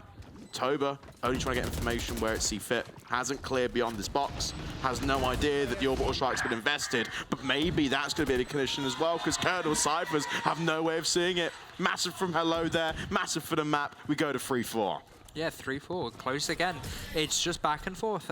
Constantly, every time a round gets taken, a few rounds later, it gets traded back. This is what we want to be seeing. This is the close game that we should have been getting in Lotus, Connie, and it's great that we're now getting it in Map 2, because it means that the players have potentially gotten rid of all that stress, gotten rid of all that anxiety of playing on the stage, and they're finally just here. They're just comfortable. They're now playing because they know that the stakes aren't necessarily that high. If you're the side of Burnley, you need to win this map, but applying that pressure onto those players to say you must win isn't going to do them any good. Instead, having that more of a backset mindset and just saying, hey, it's fine, just play whatever you can, play to the best of your ability.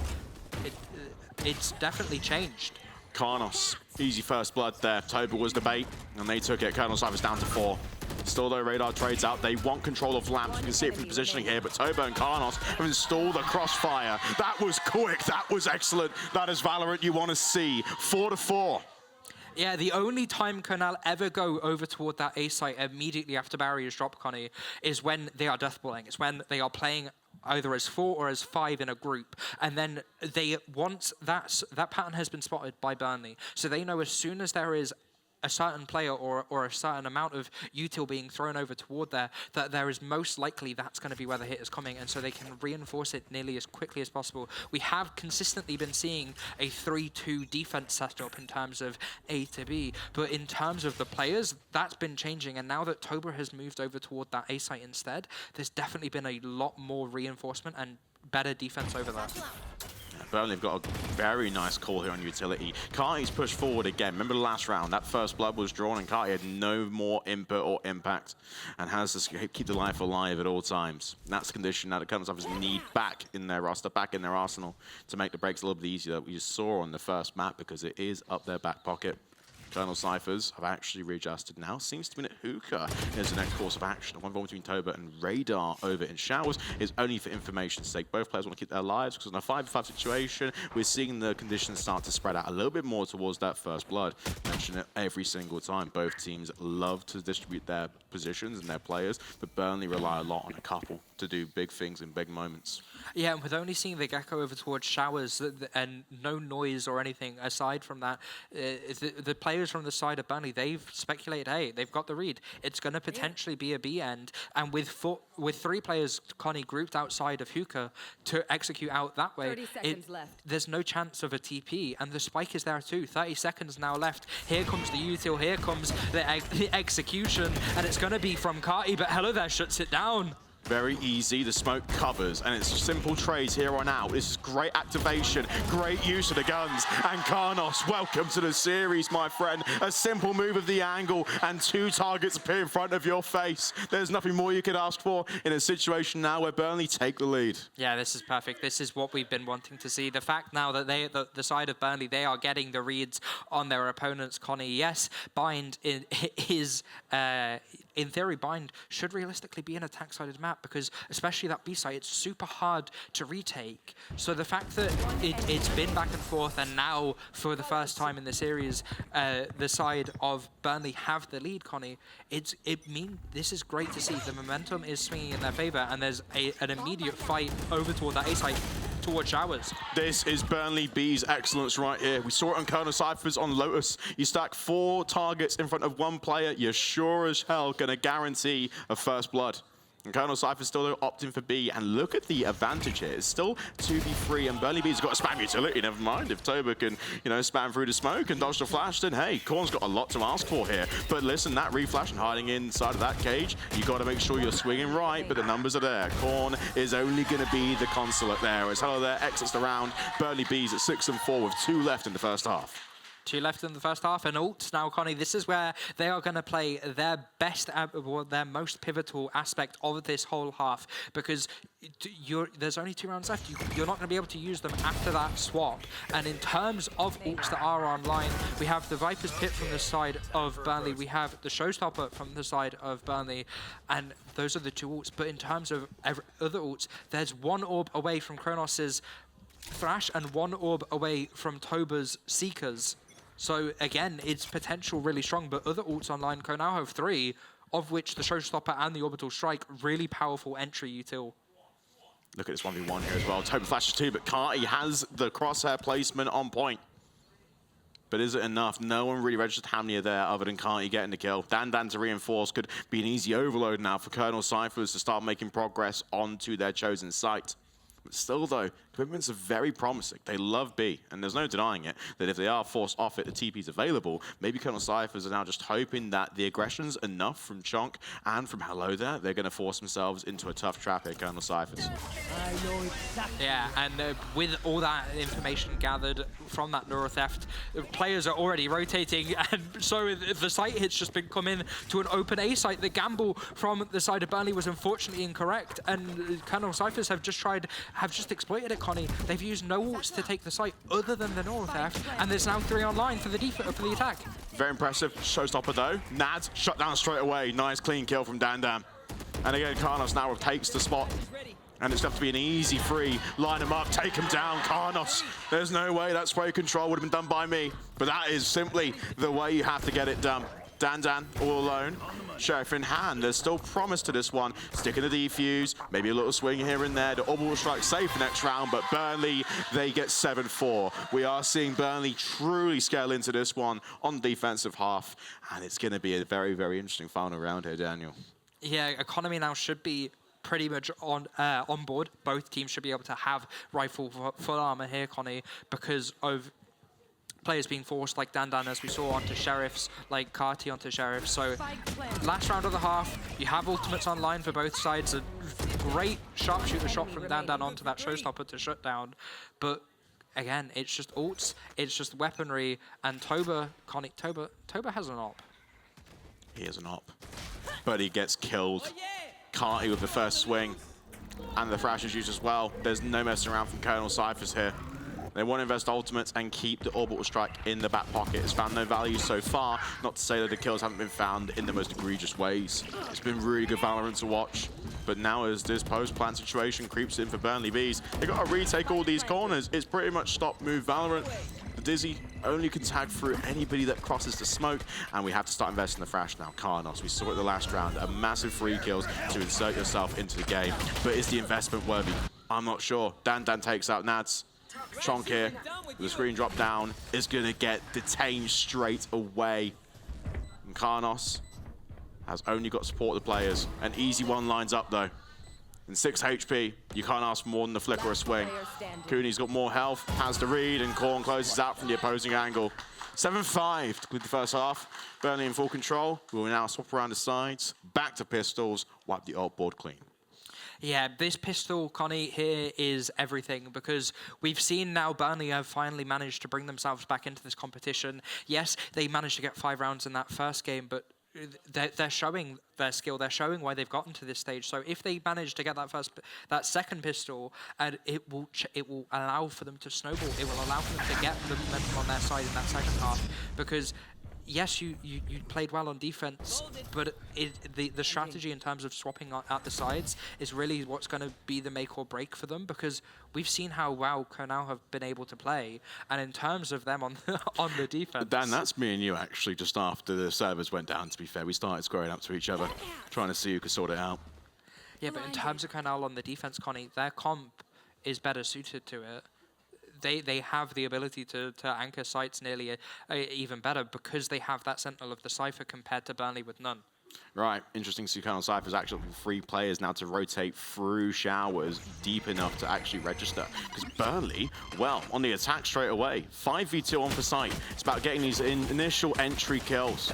And both players were eliminated. One more reclear for the north side of the map. Burnley now commit towards the plant. Wingman drops.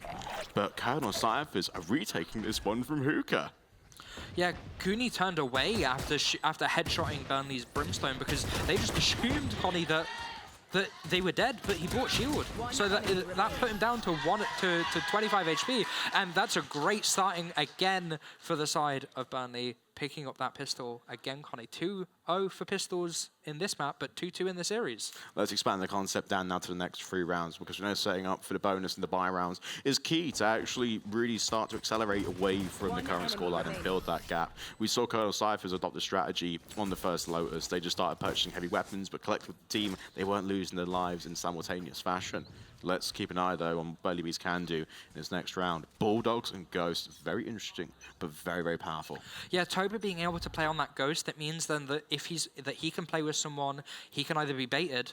But Colonel Cyphers, I mean, listen, they've got all the players positioned here in shower. Dan gets that first trade, Daniel. He can, yeah, like I said, he can either be baited or he can intentionally bait someone else, pick up the weaponry, and then, hey, you haven't lost a gun because you've had a player keep their sidearm. Listen, we saw last round Burnley Bees adopt again for a rotation. They're so committed towards A, though, and I understand the principle. But that fight in showers is going to stall the push and lose a bit of confidence, because that is a massive power position to gain access to the whole site. And even a choke point well, which Colonel Cyphers can set up players to hold. Yeah, but Connie, look at the minimap. You've had 2 players from the side of Colonel Cyphers, being the Cypher and the Sky, push all the way down out of long, and look at how much space they've taken in toward Fountain. They know now that this whole side of Spawn is clear, but they don't know Toba was there, and he gets a kill onto Carty. But hey, the other 2 players now know that Toba's here. They haven't shot trigger discipline, Connie, and now they just get a flank on. Yeah, but the setup's got to be there. Toba's got a re-clear to his close, and what an amazing dodge you have right there. The Bulldog's just enough, but the spray needs to be clean. It goes by the way of Nads in a 2v2. Listen, that side control's always been there. And Dan with the third for the round. Nads got a Bulldog and Spike in hand. The TP, absolutely, why not? This is now a free site for Nads to take. Yeah, but the other 2 players from Kernel, they're just picking up the upgrades. And yes, there is plenty of time for the spike to go down. But Connie, Kernel now have 2 Bulldogs themselves, so that buy-in that Burnley have managed to do is going to be a major impact, because you've just given away weapons. Yes, Dan is half HP, so the Bulldog is great against it. A little bit of chip damage, but Connie, it's going to be a lot closer. Maybe Nads can say something about that. No need for X-ray. Let's just be in the player's eyes for this one. And Nads has got an idea on the headshot. Just has to hold off Spike. I mean, Dan's tapping the defuse to bait out information. But still, you have to make sure again that Nads is reading this play perfectly. Dan wants to stick it to half. Still doesn't get it in time, but Dan still will find the kill. 4 for the round. Another massive performance from the Colonel Cyphers lead man. Like I said, you give Dan a weapon, even whether it's a Sheriff or a Bulldog, he has a chance in any round, Connie. Yes, that round in particular, he had to get 4, but he's looking so pristine. The man is an animal when it comes to being on LAN, and it's just showing again and again in every potential round that he's in a clutch situation. Nads as well had no real instinct in terms of what information can you take from that. Just get it from Spike and make sure utility's there to read it. But Dan as well, I was interested by just the taps and the bomb. I mean, I know Nads was playing the first couple taps perfectly, but it was in dangerous territory as well for Colonel Cyphers. So for a moment there, we wouldn't see them actually commit, and Dan would not even get the kill when you play out time. Different universe, alternate timeline. 8-6. And already, Toba clearing out early with the dog, and you're not really seeing much other than the trip. So that's going to at least take away some utility from the B side. Yeah, and again, Connie, that was Colonel Cyphers' eco. They didn't really buy into that round, and so yes, they win the round, and yes, they kept a Bulldog, but the rest of the team is buying in, which forces Burnley into a major economic disadvantage, having Sheriffs just playing an eco. Yes, they managed to convert the Thrifties on Lotus, but so far they haven't been able to be tested nearly as much. Dan though is the first test across. A wonderful headshot and chunks out the picture. Make it to Carty, adding to the tally. but the trades go forward, and it looks for control early on. That spike is also just floating around there for now. Burnley want to make sure, again, that's protected at all costs, because they want to make sure, again, that Hello there can get into a crossfire position where they can get freebies to try and take Colonel Cyphers off of the man advantage. And this is what I was talking about. With having that Cypher in your team composition from Konao, you have the security of having him solo anchor a site, because as much as there is only 30 seconds left, you've now gambled the site which over toward A and left your Cypher to solo anchor B. So it doesn't matter, because yes, now you're pushing in from Burnley into the stack, but Burnley aren't aware of this. Burnley are hoping at least that there's 2 players on each site. Wonderful drop as well. Radar, fast bullets, fast movement. Dan gets the first and the second, and make Cooney for the trade. It's a clean sweep. Colonel Cyphers only 2 players take out 3 of Burnley, and they're now creeping their way back to an even score. Yeah, but again, though, that was the round. We weren't really expecting much from Burnley. They were on that weaker weaponry, so this next round, Connie's going to test them. Yes, the score is now 8-7, but Burnley, they still have a chance. They've been progressing so much in that last half. It's just they need to turn the tides. They need to get their foot in the hold for their defense, for them to be able to come through and be able to for their attack, and be able to start getting stronger and stronger, because they only have a showstopper available, but that's a showstopper, and it's a lovely bit of util, isn't it? It is a lovely bit of util. Even lovelier, Colonel Cyphers have stacked all their players towards B, despite every single bit of pressure that Burnley Bees can apply in A. Great movement from Nads, misses the final jump up. Now this smoke is difficult to clear. That's a wasted showstopper as Corner gets an exit. Where Toba regroups in Hookah, and Carty's got paint shells already. But keep in mind just what can be done. Carty gets an additional 2. Orbital Strike now available for later rounds, but Colonel Cyphers again established that control of the man advantage. Carnos though playing patient. Sees the barrel of 1. Oh, but Corn as well opts again just to get the placement just right in the crosshair. And now Burnley relies solely on Chonk, playing in Tube to get a trade. Maybe no. 8-8 Daniel. Even if Chonk did manage to get that kill, though, he had his work cut out for them. Spike down and Hookah, you had to jump into or at least wrap round, and there would have been a crossfire Connie. So either way, that round wasn't going to was going to be difficult for Burnley to win. But Connie, it seems like it's almost night and day between the first and second half for the side of Burnley. No. It has to be the absolute cool decision there. It is night and day. Because Colonel Cyphers have got ultimates available, and yes, they're really impactful for damage and for controlling space. But the investment that Burnley Bees tries to do the exact same just doesn't come off. There's a lot of hesitation to use it early on, even that fear of investment. Carty damage to very weak. 17 HP is not a good start, albeit their 5 players are alive. Maybe forcing a play for an ultimate early on. Natural smokes are placed, paint is over the top, and we naturally get a good sense just on what needs to be done. Dan holding showers with an op. And even Burnley Bees now are just kind of getting their play calls in there. Control of lamps is key, but Radar again's got a nice idea. Spike goes down. Dan's been holding showers the entire time, hasn't been cleared yet. And Carty gets great investment from the showstopper. And as well, a dog to re-clear. All it is now is one simple push, but will the lineups be there? No chance. Hello there gets one across, and Dan supporting where it needs to be supported. Colonel Cyphers take the lead. Yeah, it's looking a little bit ropey from the side of Burnley. Yes, it is still close in terms of scoreline, Connie, but overall, it's something that they won the pistol, but then they lost the force, and then they haven't been able to get themselves together yet. Yes, teams are, this is exactly what I was going to say, teams are available to have timeouts, and that's exactly what's been called and communicated. Toba doing it, and Connie, you have 2 ults if you're the Burnley Bees. You're definitely going to be trying to make a plan around them, but you're also going to be having to talk about what's been going wrong, because what was such a close first half with you having the advantage, it's now, like, they have been getting kills, but the rounds haven't been close. And the reason they haven't been close, I think the most obvious win condition that we've had so far is solely down to the man advantage. Even in situations where you have to keep full composure and play around disadvantage, Colonel Cyphers have found many opportunities and converted many opportunities just to win a 2v4 or a 3v4. But Burnley seem to stack so many players, and it's the one angle that isn't re-cleared. Oh, well, hello, Brimstone. This is Jazz. I'm guessing this is Jazz. This is yeah, we Jazz. see this quite often. Jazz loves to frighten us. This is a trademark, and it's a wonderful addition. Although Dan, entire series, 26 and 12, Dan. It makes even more sense now the operator's been pulled out, just add a bit more diversification around the extremities.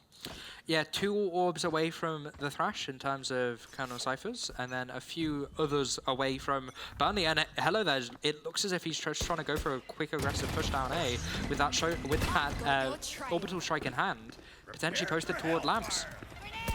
Interesting call now as well. Smoke and the paint shells to clear. The flash glow completely blinds the player covering the cross. And it's a nice enough trade, but Nads is traded out by himself, funny enough. Orbital strike investment will only be crucial enough knowing that Burnley have 3 players and Colonel Cyphers have 4, but both sites are populated and Burnley have got to make a play call now to start creating an overload.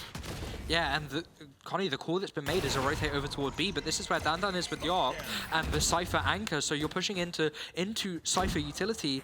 If you get tagged up by a trip, it's almost game day over for you. Spike will be going down, and a little jump down from Hello there, but Dan's able to get the kill. Traded back and forth. The Radar with another. Kronos now in a 1 versus 2. Oh my word, Cooney just about squeaks away with that round. And you thought for a second there, Carlos there could do the impossible once again. It's just the last player playing a perfect parallel and an easy spot on low HP. Yeah, and Connie, like we said, the scoreline is still really close, but that's not factoring in the fact that Burnley got both pistols. Big point, yeah. As much as, yes, I said they didn't win that force buy, being able to get 3 rounds on the board because of pistol win, force, pistol win, and it's still being as close as what it is, I think that speaks to the testament of Konal as a team, because they've been able to bring it back and forth and keep it such a close game. Like I said, this is what Lotus should have been, and it's nice to see that Burnley have managed to be able to bring it back, to be able to have that talk and come back. But Connie, we're in another tech pause, unfortunately. And I love this game. I love this game. What's your favourite skin line? Oh, skin line, great question. Because we spoke in the show match about the new one. Yeah, the Evory Dreamwings. For me, probably the recent Only bundle, the Vandal and such. Yeah. But that's only just out of curious fact of well, there's hit or miss with skins in Valorant. I mean, Evory Dreamwings is going to again be one of the more girly pop ones and maybe gives you extra shooting power. I always believe that skins in games give you extra accuracy. Right, I'm part of the small collective that genuinely believe that. And I'm part of the large majority that label you insane. Well, that's just rude. I've got opinions too, Daniel. You have to keep in mind just what do we have to assess in terms of this matchup now, because it's 99. I really have to mention more or less just what Carty's saying to the boys right now, because in terms of 2 different camps, it's 2 different atmospheres. Yeah, and those, in terms of Burnley, the atmosphere is definitely more of a, guys, what's going on? Because we were, like I said, it was a 7-5 half. We were thrilled to see Burnley being able to shoot back as a team. But looking at Konal, they're all smiles. They don't have a care in the world. They're going, hey, it's fine. We already have a map advantage. Yes, we've managed to bring it back, and yes, we want to close it out in this map. But in terms of the overall series, it's not that big of a deal. Never is a big of a deal, but it's also equally as an important pressure when you're looking at assessing everyone's individual performance. And it's been a very close call nonetheless to actually say that Colonel Cyphers, they've really done well in cycling their ultimates accordingly. Burnley, their investment is there and the ideas are there, they're just not coming off. Yeah, and speaking of now, Connie, into round 19, Burnley are changing it up. They're sending the spike over toward B, but they're having a 3-man presence over toward A. So they're trying to, once again, draw those rotates. The stack from the side of Cyphers is over here. And so the anchor of the Cypher over toward B, again, it's literally just the same default. That will be the trips noted, the position noted of the Cypher, and with the Sky Trailblazer used to get it, then it's just going to be, again, a game of rotates, a game of drawing players. And the players aren't really biting, per se. Toba's still just playing around the intuition that Colonel Cyphers like aggressive defensive. But this is a spot, again, where we're seeing Colonel Cyphers adopt very similar setups, and they are coming off very well, and it just is directly near the spawn line. Nazo's got a peek, Toxstring goes up, and Carty spotted straight away. Good initiation, just drop the shots, dodge the bullets. Dan in showers, next on the chopping block.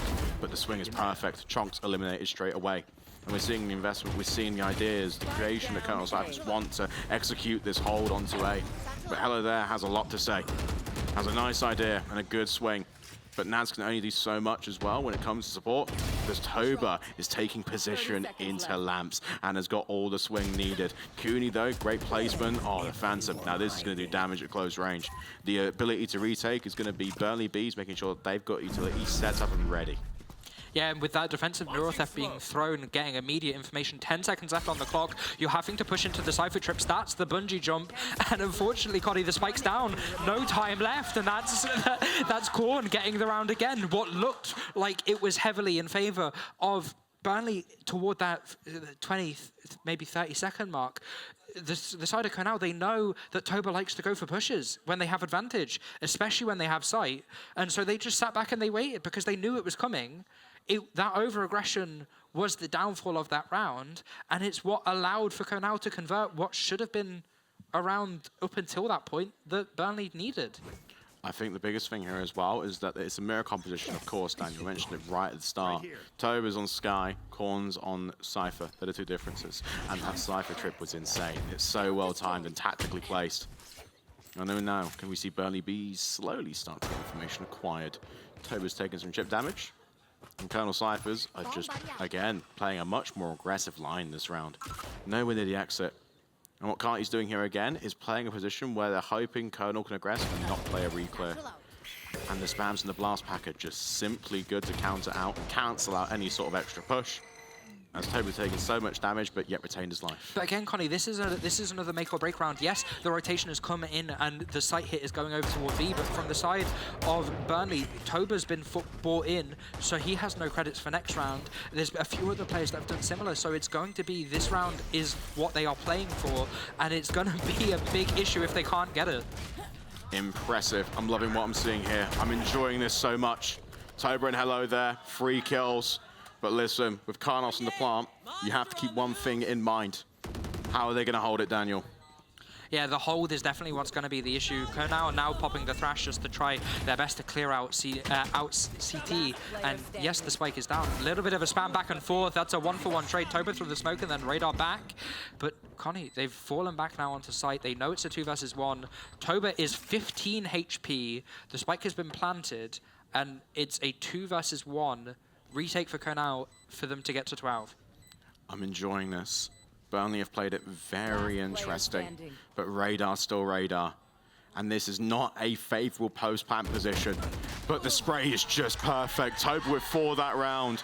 We get 9 on the board now, and this is where Burnley start crunching down on ideas, doubling down on attacks.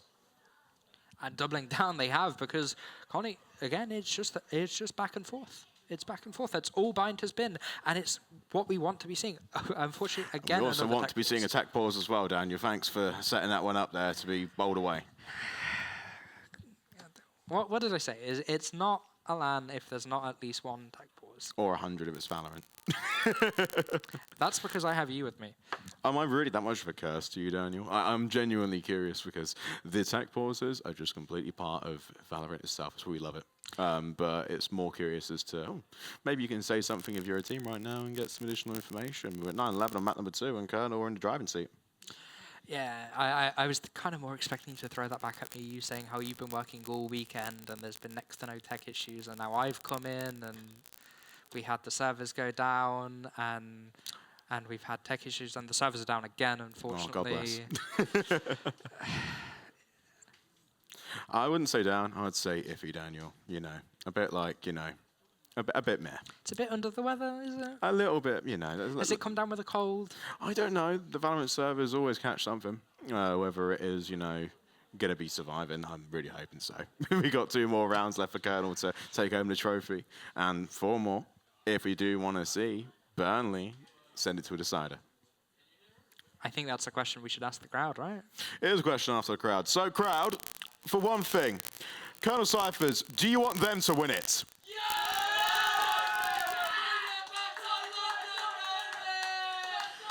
And Burnley, do you want it to go all the way? Get the 2 in the decider.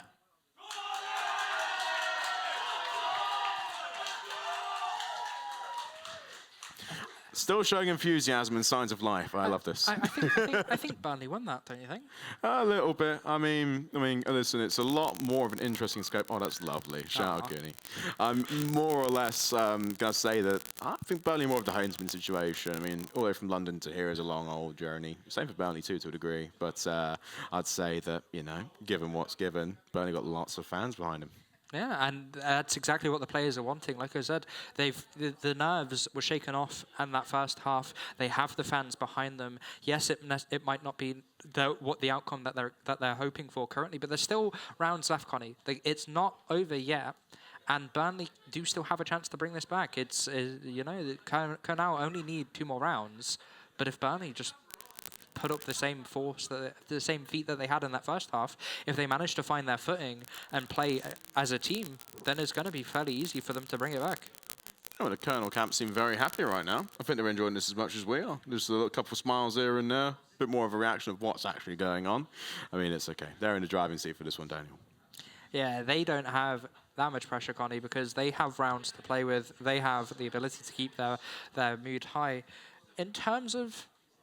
I'm just looking over at Burnley right now on their cams. In terms of them, they're looking like they're having some fun. They're cracking some jokes, but it definitely feels as if there is a little bit more tension over in them compared to Kernel. I know.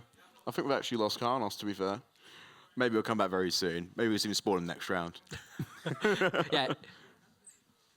Well, just to keep things completely in track and in rhythm, we're going to do a very short break to sort out the final server problems in the forever-going saga of what will Valorant do today to ruin our day.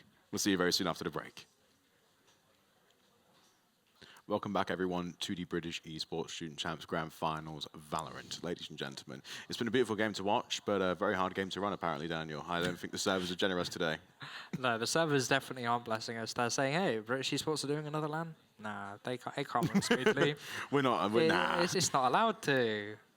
I mean, it's completely fine. As long as the players are okay and everyone else and the crowd is all right, I think we're nearing what could be the conclusion. It's been a very spectacular grand final so far. Colonel Cyphers are currently 1-0 up. We are currently at 11-9 with them in the lead here in the bind, and things are very much turning spicy.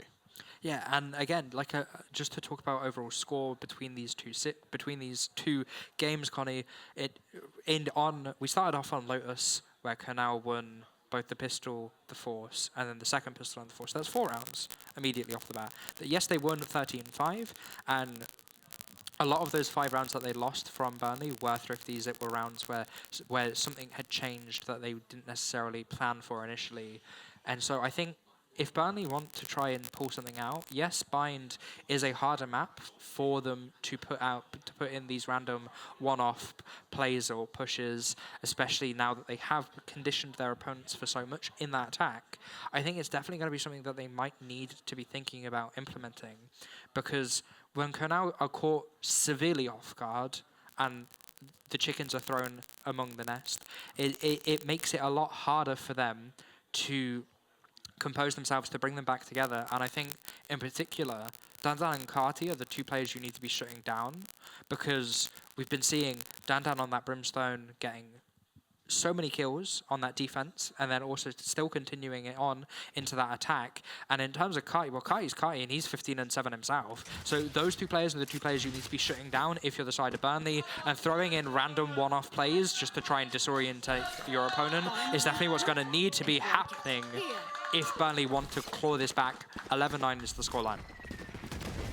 Smoke straight away. Both teams meet in the same location. A flash has been dropped and Toba gets one. A quick exit as Burnley look to smash their way through the showers and straight onto the A site. Toba is shooting absolute nukes, but still 3-1. 2 players up from Colonel Cyphers. The pit's been used straight away. They're spawning in and rotating from the north side of the map. Flash has been thrown out of the pit to make it even harder for Key to land a spam shot.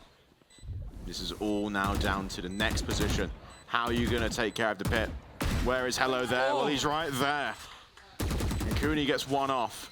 The Seekers as well are going to assist, but not if Nads peeks out at that time and lands those 2 bullets right to the dome. Okay, that's good. Like I said, for Burnley, you've changed your pace, you've changed your idea. You haven't ever played a 5-man push in towards showers, so why not do it now when your back is against the wall? That's exactly what they did. They caught them off guard, they got the Viper's pit up, placed it down, perfect post plan, and even better result for them, because the Seekers got used, Connie, and so that's an ult from Kernel Cyphers that is no longer available. It's an interesting look, but even more an interesting look to see just how that round played out. I'm not even going to look at what it says in the top left, because otherwise what does we're it going say? to... It says nothing. Let's just talk about the game. Let's just talk about the game, okay? We've seen this enough times. We don't see that yellow banner, no? What yellow banner? There's no yellow banner. Yes, I agree. I agree, Daniel. But it was an interesting scope, because you mentioned beforehand in that first round when we came back from the break, yeah, change of pace is necessary, and they executed it. Picture perfect, right, Daniel? They knew that the Cypher from the side of Canal plays over towards B, so they didn't necessarily want to be rushing into that, because you're going to get delayed by that Sentinel util. And they've tried before doing it at least a 3 or a 4-man push down short. That didn't work out either. So taking that fight in towards showers as a 5-man, crunching onto it, and yes, you had, like I said, you had that Viper's pit as the plan to be able to do that. So it's not going to be nearly as replicable, but that's now something that's been thrown into Kernel Cyphers' head that they need to be considering, because if something like that happens again and you try to play for an orb, or you try to take showers presence, because they've been doing that consistently, because you need to be holding one of the 2 extremities on bind. If something like that happens again, then there's going to be hopefully either a plan there, or they're hopefully going to be conditioned to try not to do that. And again, Connie, ults, we love talking about them. You have the Showstopper, you have the Orbital Strike from the side of Burnley, 2 ults that are really good for not only post-plant, but also taking space, and then you have the exact same in reverse for Kernel. So it's even ultimates in terms of what they have online, and it's looking like, again, they're trying to mimic that spread over towards showers. Here we go. The screen will drop. Spike is placed carefully in the corner as Burnley Bees look to try and aggress for their first few glimmers of information. Same sort of shower setup that we see from Kernel Cyphers that has rewarded them so generously in the last 2 rounds, finding a quick first 2 bloods. But no one's making a move just yet. And maybe this is good for Burnley Bees, because Kernel Cyphers already are so used to the aggression, they've found out what the counters have to be in that situation. But Burnley Bees can wait around a little bit here. Make Kernel Cyphers as agitated as possible, Daniel. Yeah, that's exactly what Kernel were trying to do on their defense, right? And it was just trying to punish a push. Util being thrown in towards showers, so that's information gathered for both sides. But Connie, look at the minimap. The spike is down in toward market, and as much as there is pressure coming in over toward this A site from the side of Burnley, they haven't committed to anything yet. They haven't even gone back for the spike yet. But rotates are coming through, and Radar in this off angle is going to get some value if the push from Burnley comes out and tries to pinch the site. But Connie, again, it's just slow-paced. 35 seconds left on the clock, and the spike's going to be picked up, and it looks as if it's going to be brought over toward the B side. They've made very good ideas here, Kernel Cyphers, and have setups already prepped for Burnley B's aggression, but they just haven't warranted it. 20 seconds left on the clock, and now the first push will come in. Kernel Cyphers have not invested their ultimates just yet, albeit that orbital strike is going to be very impressive if committed. Although Burnley B's use theirs straight away with 9 seconds left on the clock. Please speed up the pace, Burnley. You've got so much to cover, so much ground to clear. With 3 seconds left, there might not be any time, and it's going to be Kernel Cyphers playing beautiful clockwork Valorant. They now go just 1 round from retaining their title and getting back-to-back status. A round like that's heartbreaking to see. You've been playing so well for the whole time, and yes, you've been playing these slow rounds, but like I said, the orbital strike is a great bit of util because it can stop pushes like that. It can, especially when the time gets so low, it can ensure that you can't even plant the spike because it covers so much of that spike, of the spike site, that there's no space to get it down. And like we saw, time just ran out, so it didn't matter whether or not Burnley was going to eventually kill everyone, because they lost the round either way, and now they're facing 2 consecutive match series points even from the side of Kernel. And Connie, it's going to be difficult for them, but they look like they're finally at a point where they're comfortable playing, and yes, now they need to win these next 2 rounds consecutively. and they have util to do that, but it's not looking all too promising from the side of Burnley. I mean, the difficult problem to scale up with is the win conditions are changing quite drastically now. From what we thought, Dan was putting everyone in the backpack and getting the necessary frags to make the pressure even easier for the team to execute their set plays. They're also now starting to adapt to the timing because, I mean, that was a massive set play from Burnley to run down the clock a minute and 10 seconds, then execute. But I don't think they had a really good look truly at the ult board and what was online. I mean, orbital strikes either way can pretty much condense the site, and the timing of Colonel Cyphers to call a narrow orbital strike with 5 seconds left directly around the whole site, because you can do that. I mean, listen, it pretty much is an end game situation. Yeah, and I think as well the adaptation of Colonel Cyphers' trips, Connie, so having one in toward Hookah, because they know that if there is next to no pressure over toward that B site, but they're going to potentially late wrap, put that trip in towards Hookah because it slows the push down, and then it provides the team with all the information possible, especially with how late that was. It meant that everyone on the team could safely rotate over from one site to the next, and it was everyone stacked in that one area. I think now the stacks have to be spread around a little bit more evenly. Maybe that's a good adjustment that we can start looking towards, knowing that we are literally one round away from crowning Colonel Cyphers as the back-to-back champions and our 24 champions at that as well. This is actually very dangerous territory, but also as a look now, we're seeing Burnley scale quite nicely. I mean, they're showing lots of promise, and not to say Colonel Cyphers have made mistakes this map, absolutely, but it's how they've adapted to it and how they've played it well. Listen, 11-10, one little big way to go. And maybe so now, we're actually Colonel Cyphers back to where they start, I suppose. At this point now, there's still 2 left to play for here, Daniel. Yeah, it appears, Connie, that there was a tech issue in that round, so we have unfortunately had to roll the round back, meaning that it is 11-10. Colonel aren't on match and series point just yet, but 3 ults online now from the side of Burnley, 2 online from the side of Colonel. Connie, this is a lot different of a round. Yes, the stack from Colonel is still over toward B, but it looks like there's going to be a 3-2 split in toward the A side. Oh, orbital strike used straight away. Naz lining up the blast packs. That showstopper is available. No investment is found in return for it. And Radar gets clipped right through the crosshairs. Karnos draws that first blood, and Burnley smash everyone onto that site. And Colonel Cyphers funneling through the north side, right through onto the extremities. They are trying to get long-range angles, but this Viper's Pit is a reoccurring defense mechanism for Burnley. It pays well. The only conditions, again, is have they got flashes to throw out of it, and can Colonel Cyphers keep their ultimates in a very good position, because a showstopper can cause a lot of damage in a pit. Especially when combined with the orbital strike, that's the showstopper sent. Unfortunately, it finds nothing, but Cody's there getting 2. The Viper's Pit now dropping down. Everything cut out for them. Trade back and forth, 1 versus 1. The 2 brimstones against each other. Orbital strike used. Hella, they're forced outward, and unfortunately, it won't be done. Round rolled back, but outcome doesn't change. 12-10 in favor of Colonel Cyphers. And Connie, that was all of the ults that were available used in that one round. 5 ults from both teams combined. That was picture-perfect placement of the orbital strike again. And it's simply gorgeous to watch Dan in that situation. I mean, it's a 50-50 as well, because when it comes to the placement, I mean, you can probably run to lamps and reposition if you're in Burnley, but I understand exactly the protocol of taking the long range and getting out there as soon as possible, because you need to try and hunt Dan down as much as possible and keep it a very, very close contest. 32-16, no, undeniable to say that Dan on the 2KD has put a lot of work in and wants this trophy more than anyone else. Yeah, Dan, again, it's just coming alive when he really needs to. He's been one of the 2-star players on the Cyphers, Connie, throughout the whole series, throughout the whole season, in fact. And the fact that he's managing to come alive once again in LAN is even better. But Connie, look at the stack in toward Hookah. I mean, listen, the cage is perfect, and Cooney gets that first one drawn. Classic maybe is not destined. Karnos gets 2, 3v3, no hesitation on the wingman. And look at the reset from Colonel Cyphers again. The TP was hit, and they're going straight to Hookah, but Nad's taken out Dan. There goes a Molotov to slow down the push, and wingman just in response to make sure that everything in terms of util is accounted for. Carty's playing long. He's got a headshot. He's got the kill. Make it 2 apiece now. The only difference maker again is that Thrash, but Radar finds it. A 1v1 for the series, and Toba, by the skin of Burnley's teeth, keeps them alive.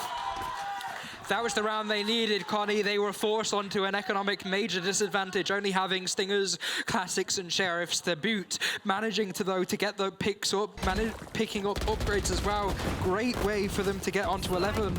And Connie, it's now the last possible round of regulation. and both players, both teams, in fact, have full gun rounds. But in terms of how the gun rounds have been going this whole series, it's definitely been a heavy favor over toward Canal. And to speak of that, they have 3 ults online. They have the Thrash, they have the Seekers, and the Neural Theft, whereas Burnley, they only have the Thrash because they used everything 2 or 3 rounds ago. But again, similar patterns will occur for Burnley. Thrashing you straight away, detains Carty, has support though, the 2 undetained. And immediately they're going straight through the smoke, straight through lamps. Colonel Cyphers are pushed all the way back. And Karnos has got a clear line of sight on Dan, and that's a big first blood to draw. Your duelist performing the best. In this case, the controller is out of the picture. Radar's there for support. Kai's got a few lines of sight. Perfect placement onto 1, but Chonk's playing low, has the kills where they can be found. Burnley have found their way now into a 2v1, thanks to Radar. The last standing hope for Colonel Cyphers gets a second, that's free for the round. Has the wingman available as well, so it can be thrown onto the spike to draw the position out. Once these shots have been shot, it will be noted, but Chonk's there to get it 12-12, Connie. We are going to overtime on map 2. And what would we say? I don't want to go back to the predictions, but I did think Burnley would go to overtime once, and I did say they'd win it. But again, that's just sort of, you know, partial seeding.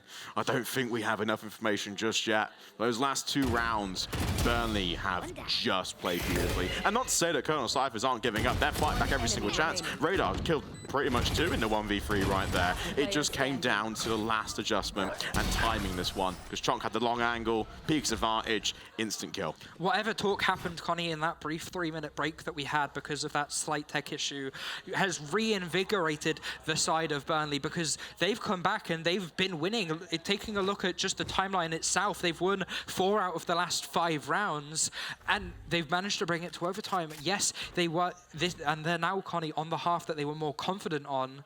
So the side of the defense, if they manage to take it to advantage point, then they really need to be owning on to their attack, because they seem to have finally managed to bring it back in one way or the other. Burnley defending.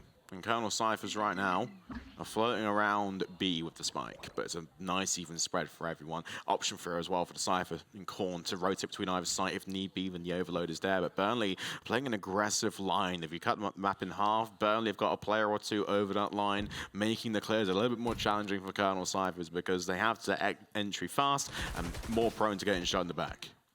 Yeah, but Connie, look at where the spike is. There's only 2 players from the side of Colonel Cyphers over toward this B long. They're just trying to do a little bit of a bait over toward A here, draw some rotates, but no one's budging from the side of Burnley. Instead, it's just the Brimstone and the Gecko anchoring down the site.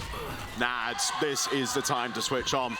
2 clean kills, necessary ones as well. Straight into showers, but where was the spike the entire time? That's right, Daniel. It was over on B. 30 seconds left. And Radar's got a Dizzy still spare and all the belt util you can ask for in Gecko. So this entry can be quite clean, but the spam needs to be there. But 20 seconds left. This is where the conditions start to drastically change. Your push needs to be perfect. Burnley have got loads of players online. Corn trades out 1 with 12 seconds left. That spike is not down, but maybe the numbers are too overwhelming. 1v3. I can't see Colonel Cyphers taking this one. It all comes down to how can you swing, but Toba means business, and Toba is him, immortalized with a wide swing to make it 13-12. The disrespect Toba knew that he did, that no matter what happened, the time wasn't on the side of Konao, so he could swing as wide as he wanted, didn't even have to shoot back to start with, force his opponent to try. But Connie, like I said, that was the half that the side of Burnley were more comfortable on, because we've seen them. It was a 7-5 half with them on their defense, and then unfortunately they only managed to get 5 rounds on their attack. Yes, they have been starting to wake up a lot more on their attack as of the past few rounds. But Connie, this is the make or break, because they need this as much as anyone else. Interesting play call as well. A trade either way. Burnley opt for showers on the attack. I love this positioning. Colonel Cyphers left dodge a flash in the way. Can't is that exploit B. Rumba shot out in time. But hang on a second there. Nats has made a massive movement play just to get further into sight. And look at Burnley. They're completely boxed. Colonel Cyphers now rotating for the north side of the map. Needs to take fast positions. That spike is down. 3v2. And listen, the smoke will clear. Cooney will find one. Nads has got an angle. We don't need X-Ray. We just need Toba. And Toba himself has saved Burnley Bees. A 14-12 overtime win. Karnos is in bits. And this is what it means. We're going to that decider. We're going to that ascent. And you just can't believe what you're seeing as Burnley take us all the way. Hey, I don't want to say I told you so, Connie, but I have a sign that says map 3. Your sign, you're a fortune teller. Tell me what's going to happen next, Dan. Unfortunately, Kernhall are going to win us, but that's coming up after this. But Connie, performance overall from the side of Burnley, the crowd, we can hear it. They are so thrilled that Burnley managed to bring that map back. Like I said, they won the pistol in that second half, and then they didn't win the other 4 rounds that they needed to bring to OT until the last 5 rounds of the half, where they got 2, lost 1, and then got the next 2. So like I said, that break, that 3-minute break that we had, something must have been said to them, or they must have had a little bit of a talk while that tech issue was occurring. And all of a sudden, they bring it back, and it's Connie. We're going to map 3. We're going to the final map. I think Tobado's shown a level of veteranship that truly has kept the team in every single mental way possible in the game. And it's not just means for an end. I mean, Dan's had a wonderful map, and you would absolutely give him MVP for that if we had the chance and it was closed out 2-0. But it's just simply gorgeous to watch Burnley in a position where they can rely on a player to really take the reins. And I guarantee you, Toba wasn't even that reactive after the final 2 kills, but Karnos was loving life there. You saw that. I'm pretty sure the chair's in bits now. Yeah, it's again though, but like this is what I love about the champs. The champs, it brings players together. It allows for them to play on a stage in a LAN environment and an electric LAN environment at that. We like we heard, Kernhall, they have a load of fans, but Burnley, their fans seem to be even louder and even stronger, trying to support their team. And 14-12 victory. What more is there to say? Not a lot more. I mean, Valorant's Valorant. It can turn off at times. It can boot us out the servers. But one thing's for sure, the drama is always going to be there. And Burnley have completely revitalized their look, and they've clutched up in the most important rounds possible, the latter end of that bind. But we go to Ascent. And one thing before we go to a break to mention with Ascent, this is Colonel Cypher's pick, but we are going to be seeing Burnley B start on defense again. So the better side for Burnley, but it is going to be Colonel Cypher's pick. After this break, though, it will come back to you of that one. Me and Daniel will get ready for it. We'll see you all soon for the decider and the crowning achievement for one of these 2 teams. Everyone, to the British Esports Student Champs Grand Finals, Valorant. We're going to a decider map, and me and Daniel are more than excited to bring you through all the action and walk you through all the storylines. We're going to an Ascent. And Ascent in particular, Dan, is an interesting sort of conjuring pick, because we've only seen Burnley play this once, and Colonel Cypher's not really much to cheer at all. Yeah, from the information that I got, at least, they would like to say we've only seen Burnley play once. We haven't really seen Cypher's play at all. And so when it comes to Ascent as a map, though, a lot of the time you should be well versed on it. It's probably the map that as a team you are going to be practicing more on than any out of the others, purely because of how many teams want to be able to play on it.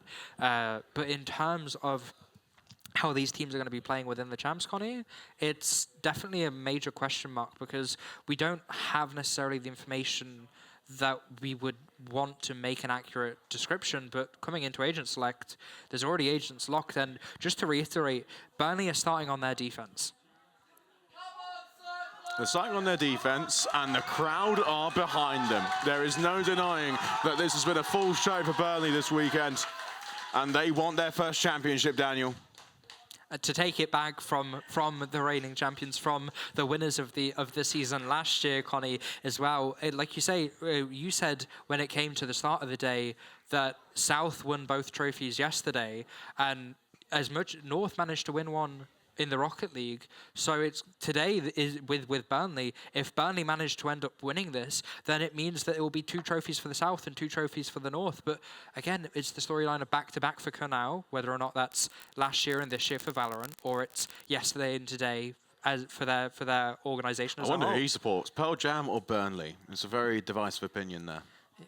I think I'm going to go with Burnley. I think Pearl Jam, you want to throw back some classic bands. That one right there is one close to the heart. To make Ascent a little bit more interesting as well, right? We actually look at the overall landscape across Tier 1 to Tier 3. This map actually has been phased out quite recently by Sunset. So I'm very interested to see exactly why Colonel Cyphers, because in the final 2 maps of the Veto, it was down to Sunset and Ascent. They've opted for this one instead. Remember from last year, so now the Ascent has always been good, but this is where it all counts. Map number 3. We're going to crown a champion after this one, and we're going to decide who is the very best across the country. Yeah, and Connie, looking at the comps just themselves, it's mirror comps, so there is next to no advantage based on agents. It's purely just going to come down to skill and team capabilities for whether or not who's going to be able to take this final map, this deciding map of Ascent. Loving the split here from Colonel Cyphers, a 3-2, because you don't see a very heavy A population early on in the maps. We're seeing 2 players there for reinforcement, and even for a trade, a whole site to yourself, information for your team, and easy escape. Yeah, and the jump spot from Burnley's Omen spotted Dandan on that jet. Again, now back to another aggressive role. Toba's just trying to go as far forward. We've seen Toba now, Connie, on every role but the role he plays on in Tier 2. And for whatever reason, he's on the Omen. He's like a Yanto. He's turning into Yanto now, and I see it rubbed off. Remember back in Beacons and across the Clips, the one player on Toba's pro team actually ran every single agent possible. And Toba now is like, you know what? I'll have a crack. Naz, though, won't actually land a shot there in mid. Curse Carty pushes away straight away, and information is crucial there for Colonel Cyphers to start aggressing their push onto A. Yeah, aggressing their push, that is. They've managed to regroup. They're still keeping their Sova over toward B to try and potentially either go get a late lurk in. In fact, no, Connie, the call's been made. They're rotating over. 30 seconds left, and that's Knifes out running through spawn. 2 players still here, though. That being the Killjoy and the Sova. Hello there with first blood. And now this gamble that I thought has failed because, Connie, there's 15 seconds left, and the spike isn't even anywhere into the main, so there's not going to be any time. Oh my word. Hello there, my friend. It's a trade across the board. Colonel Cyphers don't have numbers, but they don't even have the spike down. Toba ensures. Karnos is fueling the team. The engine is up and running here for Burnley Bees. Yeah, managing to get their 3rd pistol this series. Again, though, Connie, it's as if the first map they were just nervous. They've shaken it off by now, and now they've managed to bring it back. Go to overtime in map 2, make it as close as you possibly want. And then now coming into map 3, it's fine. Like I said, in terms of Burnley as a team, the later a series goes, the later a map goes, the higher likelihood it is of them to be able to bring it back or even continue their lead and win the map or series that they're playing. A new breakup attempt now for Colonel Cyphers, sending 1 player all the way to watch over the crossing mid. Although a similar fashion again, I'm liking the strategy still that we see. The issue from last round was the clock was running that way too early. Certainly though more aggressive in this position. That's a nice adjustment from last round. Colonel Cyphers now can overload if they opt to instead. Karnos though, the Bulldog, equalizes the trades. While the fight's taking place all the way over on A, Toba has got a nice high position here. They want to bait out players. A jet smoke just to force a reposition closer to Burnley Bees. But Dan is not slowing down anytime soon. No, that was it was almost as if it was kind of a bait setup. They were hoping that the push would go over toward A because you've just cleared a really far forward jet. Why would there be anyone else, especially that far forward in toward main? But Connie, that gamble, that thought play didn't unfortunately end how they wanted it to because the rotations have come through and there's a 4-man group from Colonel Cyphers running their way into the B site. The smoke is the only separation point of information and visuals. Carlos is going to have a whole gallery here to shoot from. Gets 2, Dan finishes off the trades. Toba's all the way over on A. Colonel Cyphers are very hesitant, have no idea on the spawners or the re-clears. And already, the Bulldogs equipped, making it a little bit easier. The re-clears are going to be so key here as well. Toba has no idea on his left or right, and what's in front. The smoke is well be placed in good time, has a TP available too. Fakes it out though. And it's just a beautiful line from Colonel Cyphers. They inject themselves into the map and get their first on the board. Yeah, a repeat of that last half, Connie, of Bind. If there is anything to be learnt from that, Burnley need to be able to get their heads back into the game. They didn't adjust nearly as quickly as what they possibly should have on Bind. And so if a similar situation happens, then that's going to be their main takeaway because they are a team of such high caliber. We've seen them in these last 2 maps. We saw them in the last series they played in. it's not usual for them to be able to necessarily lose a bonus like that. But the Or force bonus, like that. it has to be adjusted for, right? Let's have a real look at this mid-presence here, Daniel. Colonel Cypher's already declared, shipped down to low HP, Fredemo down to heal up as well. Bear in mind, the run it back is available if need be. So there's plenty of options for Colonel Cypher to take their attack as Carty draws that first blood. That could be necessary as well, albeit player reclaims a spot there on Burnley Bees. So the hold is still there. No progression on the map so far for Colonel Cyphers. Yeah, and with that kill, it forces a rotate from the side of Burnley to just hold that mid instead of opting to just jump peek from CT. You have the Killjoy being able to watch B main with that turret, and then watching mid as well is a great it's a great agent because it means you don't necessarily have to worry all too much. But Connie, look at where the stack is. The stack's coming in toward A. The steps have been heard. Toba's here with the shorty. Players are potentially aware. There's the recon. No damage found. 2 kills picked up from the side of Konao. And Connie, look, the last 2 players from Burnley, they have weaker weaponry, so pushing might not necessarily be a good idea, but that's exactly what's going to be happening. Last player That's standing. low HP. Like hello there. The kills found. Confidence restored. Kai eliminates Nads. The exits will be there for hello there, but the spike is down. Time is trickling, and Colonel Cyphers can afford to play with their food here. 4 players alive in a post-plan situation. They're in prime spot to close it out and convert it and make it that 2-1, Daniel. Connie, it's not over yet. This is still somewhat winnable. Yes, numbers aren't favorable, but when it comes, you have an upgrade. Instead, Kumi's just got to shut it down, pick up that rifle, and again, another clean round, a 2-1 to go now. It's very impressive, though, especially given that on that initial peak, you feel like maybe a slight adjustment, a different look at the house that could be found. But I really think that Colonel played the numbers perfectly, and they're playing with Valorant in terms of keeping the fundamentals in check at all times. And there's no real room now for error for Burnley Bees, because we're seeing some strong weaknesses if you were to frame it that way. There's strengths available, but the weaknesses just overpower them at times, because now it's in a spot where Colonel Cyphers looks strong, and a very, very interesting take here. Lots of players towards A. Run it back as popped. They want to take the site straight away. Carty realizes, yes, I can maybe get a trade, but I'm going to fall back anyway. Yeah, and he's going aggressive even more. Knows that the running back still had a few seconds left. Manages to get 2 with it and falls back. Kumi managing to get 1 as well. Connie, this is a 5 versus 2, a round that Burnley had a full buy on, and again, it's coming down to Hello there and to the Killjoy player. It's not going to be, and Chunk, it's not looking all too promising. Like we mentioned, all of the ants have fled on the side. Damn. What more do we need to say? Eliminates the remaining players, converts around, and is on track for that MVP card.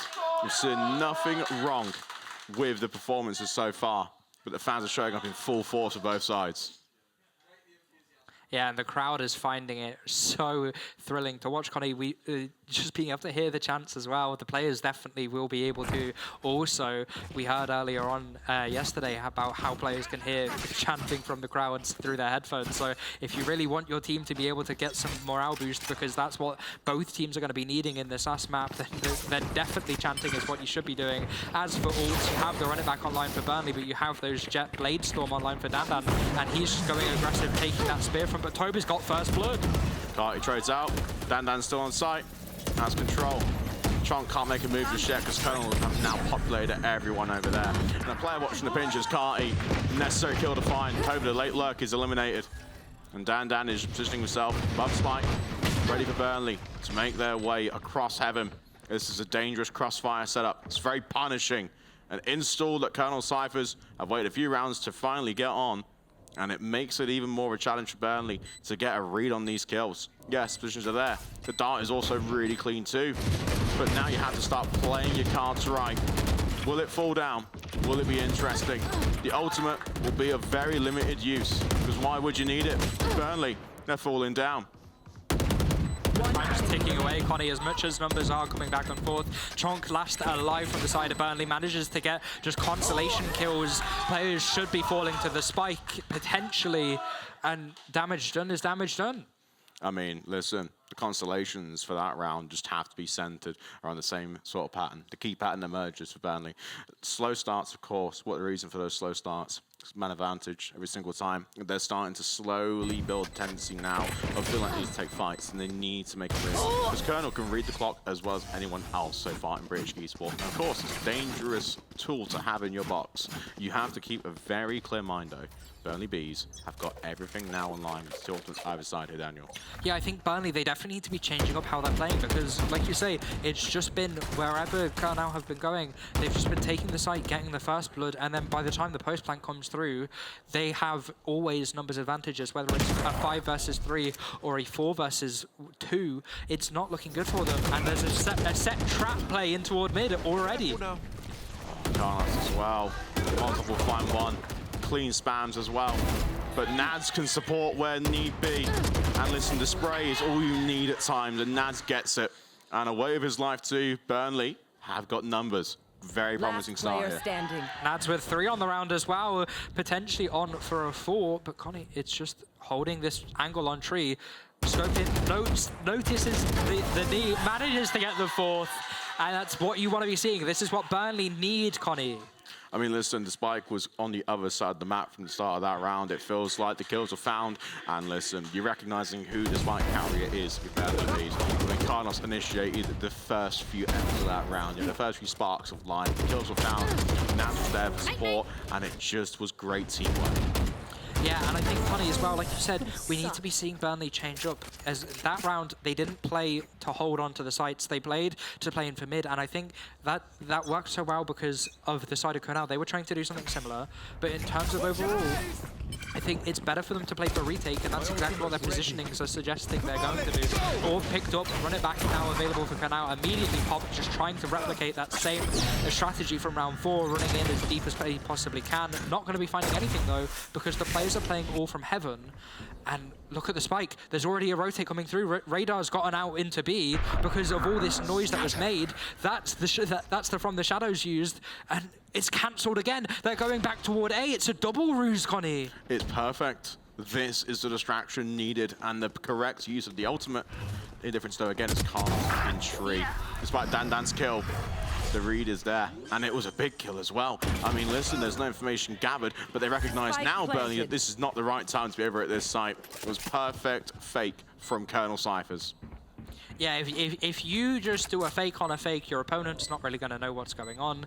But Connie, 4v4 retake, finally the first retake where numbers are even, and all players from the side of Burnley are either coming in from heaven or tree. Hunter's Fury getting popped just to try clear out a deep main angle, finding nothing, unfortunately, but at least they know that no one can be all the way far back in lobby.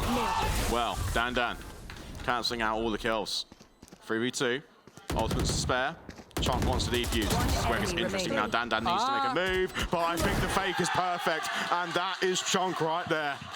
That right there is all the balls you need to get Burnley back in a confidence room, because that in itself was just too much complication. Despite the picture-perfect play from Colonel Cyphers, Chonk just held his nerve, stuck the defuse. Dan was too busy, and that right there is really fantastic work.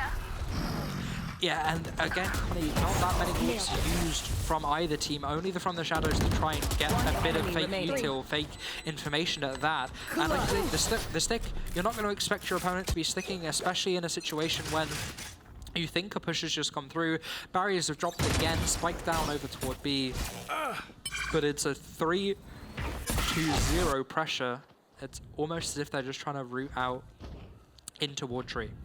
Very nice to see, though, that Burnley have actually opted for the crossfire here. Toba was huge to actually get the angle from the smoke, but in support of that is Nads. Dan has not made his position aware yet, so that kill will be found. And listen, now you're looking at the map and the coverage and what power positions are available. Colonel Cyphers has got a better look this round, given their original set strategy. Toba, though, is just doing all the work possible to keep everyone alive, and that is a big 3, but still spike in hand of Colonel Cyphers and Hunter's Fury as well, not to mention Burnley B's ultimate's available this round.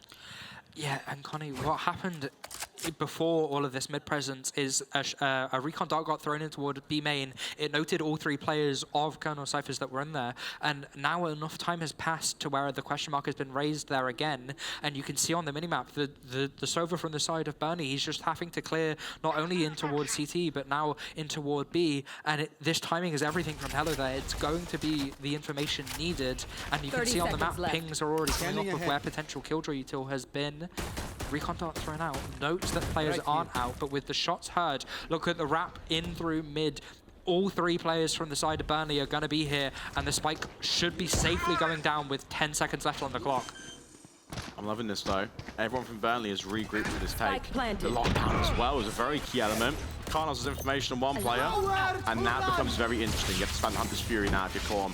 But look at the positioning now. Burnley has started to aggress. Cooney's got one there, but still, you can't count your chips out if you haven't placed them on the deck. And it's just simply the perfect play and the good readjustment. The investment was not worthwhile for Colonel Cyphers. No, so in that round alone, there was a run it back used, there was a lockdown used from the side of Colonel Cyphers, of Burnley B, sorry. Then there was the Hunter's Fury used to counter the lockdown. So as much as yes, it's a 2-for-1 trade from the side of Colonel, and you still lost the round. It's still 4-4. And in terms of ultimate economy, it's still in favour of Burnley for now. I mean, what more can Dan do? Back-to-back stellar performances so far. But is it enough to get through the final hurdle, the ascent? Spikes in spawn, large portion of Colonel Cypher's players populated in A. And Burnley have actually played a nice spread across the aggressive midway point of the line. Yeah, just playing for the orbs, and they know that the side of Burnley, they aren't fighting for them, so they're free picking, especially now since Radar's just been holding down this B main, is unaware of that close corner, so will be throwing util to try and clear it. But Connie, look, there's a re-pressure in toward mid, something that's been constantly been happening, but Chonk is seeing over the smoke. It was poorly placed, and that is first blood found. 5v4 in favour for Burnley. Massive map knowledge there from Chonk to get the first blood drawn, but it's still a wall-to-wall. Currently beating Colonel Cyphers. Nanstone needs the ADS just to convert the kill. 30 HP, very low. Reboot players, absolutely. Now we start seeing the moves, and it's Dan in power position. Toba has to hold his life, and as well, I think it's starting to retcon with Colonel Cyphers that yes, use your abilities, but the low HP on Colonel Cyphers and the slight advantage will actually create a new dichotomy in this series. Listen, no head-to-head just yet in terms of fights, the same have and take, and a player lurking around in Garden makes it a very interesting scope. Burnley got 2 attack entry points, but Toba's found Cooney straight away. And listen, Dan and Radar, they can swing in time. Dan can do all the work. He doesn't need to worry about anyone else. And Toba alone against Dan.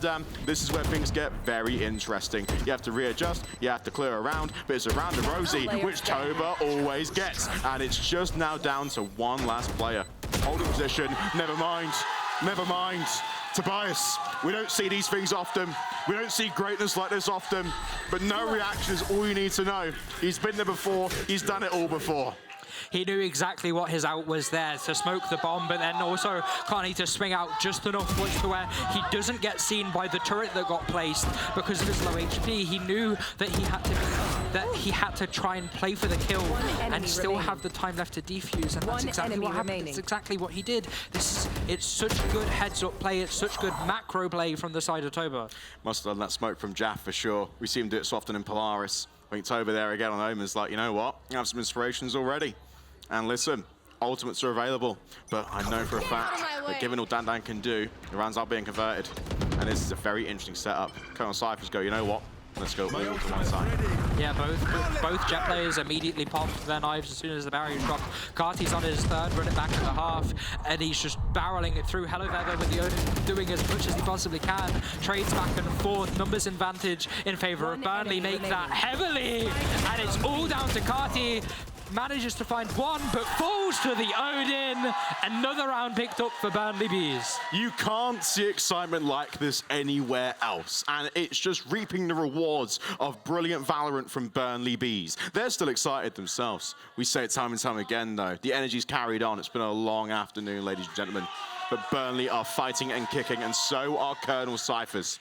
Nobody's letting up. Both of them want that trophy. It's as if, Connie, the entire vibes within both teams have flipped. From last game, we see now a timeout has been called. In terms of what we saw on the player cams, Connie, from the side of Burnley Bees, they were so ecstatic. They were so happy with the outcomes that they're getting. They're pumped up. They're smiling. They're clapping. They're going, yeah, let's go, guys. Whereas we can see alone just from Konao, it's not what it was in that second game. They're definitely trying to bring it back. Yes, it's only a different difference of 2 rounds, but if it goes from a potential 6-6 half to an 8-4 half, you're not going to be happy. Of course not. We've seen it before in the Lotus, that first map. Seeded the information we need to know about how the gaps are utilized between these two teams. And yes, we know exactly how to scale across the overall scoreboard in Valorant. It's just down to the set plays now and exactly how our Colonel going to adjust. Because we've seen only 2 big ones so far, and the big move on the board again was putting Carti in a position where the site entry is clean. They realized mid is not the correct avenue. It's easy pickings for Burnley to get the long-range kills, knowing that Toba's on that team, but it's really quite interesting. A heavy prediction from Burnley from the site take, and Colonel Cyphers are ready for a mid control. I mean, just looking at, Connie, at the timeline alone in terms of rounds, yes, Burnley won the pistol, but Colonel then won round 2 through round 5, and they haven't won anything since. So they need to be bringing themselves back, and a play like this in toward mid is exactly what they were hoping would cause, but a 1-for-1 trade isn't going to be that advantageous for them, and especially since you're spraying with the Odin through CT from the side of Burnley. Hello there as well. Got an owl drone.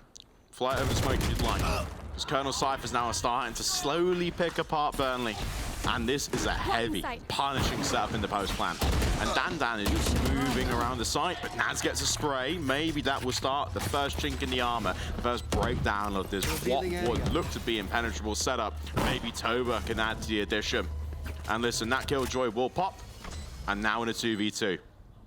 Time starting to trickle away. Make it a 2v1, Connie, with one player being detained from the side of Burnley. Nance has his work cut out for him until the fisticuffs have been brought off, but both players from the side of Colonel are put toward backside. Paranoia used, finds nothing, but time is ticking down. Make it a 2v1, make it a 2v-none, 6-5. It's a close half, Connie, going into the last round.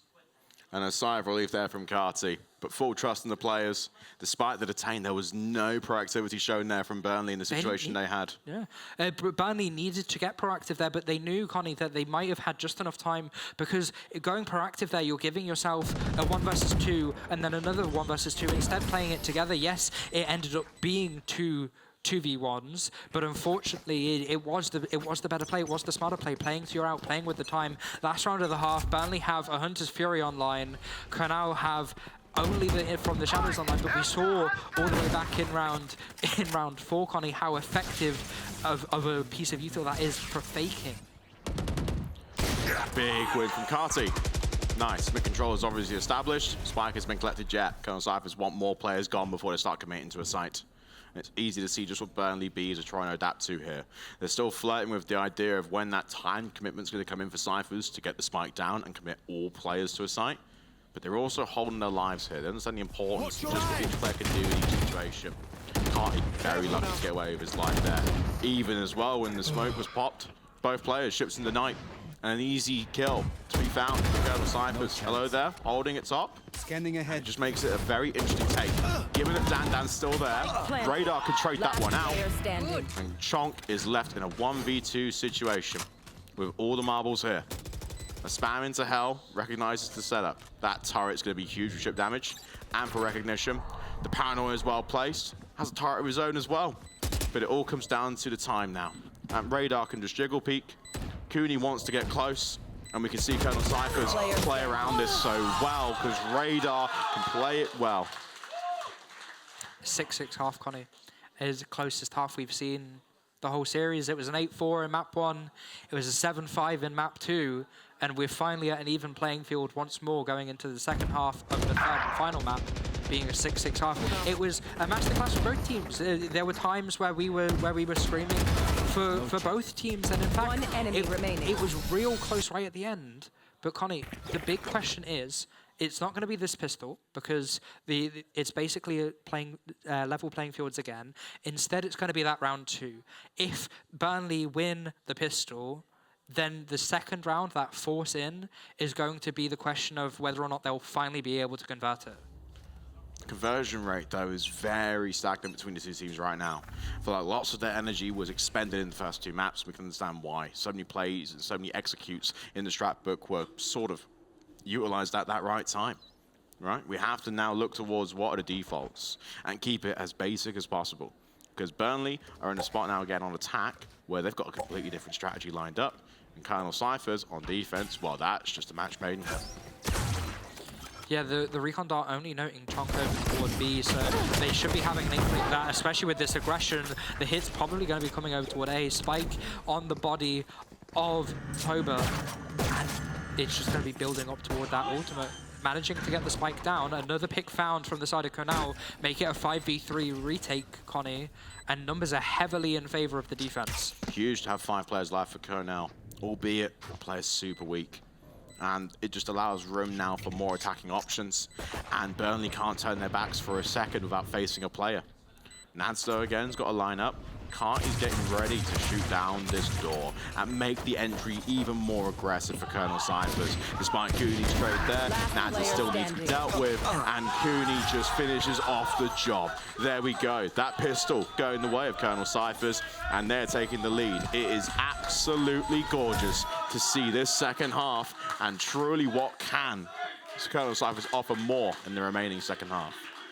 Yeah, we've seen, Connie, a map where where Kernal got both pistols. We've seen a map where both teams traded pistol for pistol, being on this, and then in the previous map, but again, it's both teams pistol, and then now it's a one pistol. So it's going to come down to, again, how much damage can be done. An outlaw being brought up for Dan. Rifles on board for other teammates. This weapon is going to have so much lethality, and there's the first opening pick. It's a massive condition now for Dan. It feels like Burnley, again, can't opt to take long-range fights anymore, albeit Sheriffs are mean, and they've got some players that can utilize it very well. But the upgrades are too strong for Colonel. And you're allowing now Kai just to heal up from the spam shots. Right then. Well, what's your next move, Burnley? It comes to a point now where Colonel Cyphers are starting to slowly aggress through both sides, even opting now again to time their flanks really well. Yeah, and like you say, in terms of what's the next move, you're going back, you're picking up the spike, but if you're the side of Burnley and you're wanting to aggress into B main, look at the Killjoy player of Kernal. He's pushed all the way in, and Korn's baiting the turrets here as well as a bait. It's only a Sheriff in the hands of Radar, so any work is better than none. Nad's finding a pick, but it's traded back. Radar finding 2, Swing coming back, and spike numbers once again in favor of Kernal. Nad's only player left alive, has to get the spike. 3 HP though, Connie. Difficult, and 1 information recon. There's no other way to win that. Korn only had to hit 1 bullet anywhere in the body, and it was going to be a round for Colonel Cyphers. But let's just set it. I mean, listen, we're in a very interesting spot now where Colonel Cyphers have given so much room and taken so much space as well at the same time. Dan and the Outlaw is a condition that truly opened the proceedings, but at the same time, we knew how patient they were just to hold their setup on B when Burnley went to rotate. Yeah, and Connie, the side of Burnley now, they're changing up their plan. They've said, hey, we know that we've gone over toward A. We know that we've pressured in toward mid. Let's now this round instead try and go over toward B. But Korn with the Guardian spamming back and forth, taking a little bit of chip damage back himself. Will be able to tag players up. That's information of at least 3. But Connie, the stack of players from Kernal is over toward A, and the rotates are only just starting to come through. Interesting call. What's even more interesting to add is that Colonel Cyphers have actually got a bit of a challenge here in Hello There. And this is a very nice look from Burnley. On this important round, they're full control of B. The spike we planted in a position that they can watch. Now it's about reading Colonel Cyphers' lane of attack and just what the angles need to be to try and rectify it. Yeah, must reiterate that this is Burnley's buy-in, so you are expecting this round to be won. Toba's just going to deal with damage. Any guns picked up, though, from the side of Kernal is going to be a really great improvement for them. Managing to get the first pick, making it a 3v4, but Toba's trading it back. Numbers in. Well, that is not what you expect, but it's what we know. Toba lines up all 3, Dan. He lines up all 3, and it's not the first time we've seen him do it today. That and the other one might just be play of the day. We should have an award for that for sure. Although Toba would have like 17 trophies. Gives him something to hang on. Gives Burnley something to take home. Nothing's confirmed yet, Daniel. 7-8 is the score. A massive round win there for Burnley Bees. They've got a nice purchase, kept most players alive, and it was all Toba, thankful. And again, Connie, it's just another start, a little bit of a ruse over toward B. That's unfortunately where Kernau's stack is. So again, Burnley have managed to play the numbers. They managed to get into the heads of Kernau and pick the site with the fewer players. Aldrome will go out, Molotov as well, just to re-heal. Cooney's so close, though, on the swing, and it's equally a better trade, but Dan down with the op makes the trades go all the way to Colonel Cyphers. And just slowly peaking as well, opting not to lose this weapon. You know just how important it is now for Colonel Cyphers to start building a lead and keep weapons in account. Shonk is just playing well to the corners. That's alive, 1v3. We only see this limited. A fake tap on the bomb. And Chonk's trying to bait out players. Dan spotted him though, at close range. Opts to readjust to have more cover. Colonel Cyphers spotted the site. Radar again is just clearing round, but Cooney's there to catch. 9-7 for Colonel Cyphers. Yeah, they can't be stopped, it seems, so far, Connie. Only one round being picked up since the half swap for the side of Burnley. It's definitely, they need to be getting the crowd back on their side. There haven't been nearly as much chance for Burnley in these past days since the half as there has been before. The half has got to be a bit of an edge look, because only Burnley really started to exercise some good attacking options when we saw them on B. I think the idea actually might float over again to say, look, it worked last time. Colonel Cypher's adjustment, though, is to send 2 players on an attacking option, and there will, in fact, be no Odin. So there's no spam through the wall just yet. As much as there's no defensive Odin, there's an attack Odin from the side of Radar, Connie. He's picked it up, half shields and an Odin. No, iPad, you know my opinion on the Odin. It's know wonderful. Yours. We both agree. We understand the necessary opinion on that. Carted Odin playing for a flash. Naz gets the first blood drawn. Listen, that dart has been preemptive from Korn, and it's designed to keep Burnley B stalled, but no one takes damage. They actually aggress further on towards the site. It's calling a rotation, and Dan's there to meet. The operator's still in play, bear in mind as well. A freebie could be on the cards, but understand the peaking behavior here from Dan, not to lose his life, respecting exactly what could be done. But you've got to understand, Toba is also playing the back line so well. And look at this right here. An easy tap, an easy kill, and there you go, Burnley. Watch stacking options. Your options are to fall and die to your opponents, unfortunately, because as much as that pick was found, Connie and traded immediately back. The site is going to try to be swarmed, but Korn's here to defend, unfortunately caught while reloading, and it's all down to Cooney, who spent the whole round in wine. I respect it, though. Disciplined player. 1v3 now. 30 seconds left. There's a lot to ask. Spike planted. Really impressive. Next with some great kills. 2 smokes and 2 teleports available. That's his utility options if you were to use. But Toba, just doing Toba things on a day in which now where we're seeing the score close back into an 8-9. Yeah, again, just such a close series. It's why these two opponents have gotten to the level that they have, gotten to the stage that they have, Connie, because they're their own champs of their own regions. So coming back through now, playing against each other, it's only fair. But again, highlighting Dan, how much more can he do in this game? He is 26 and 11.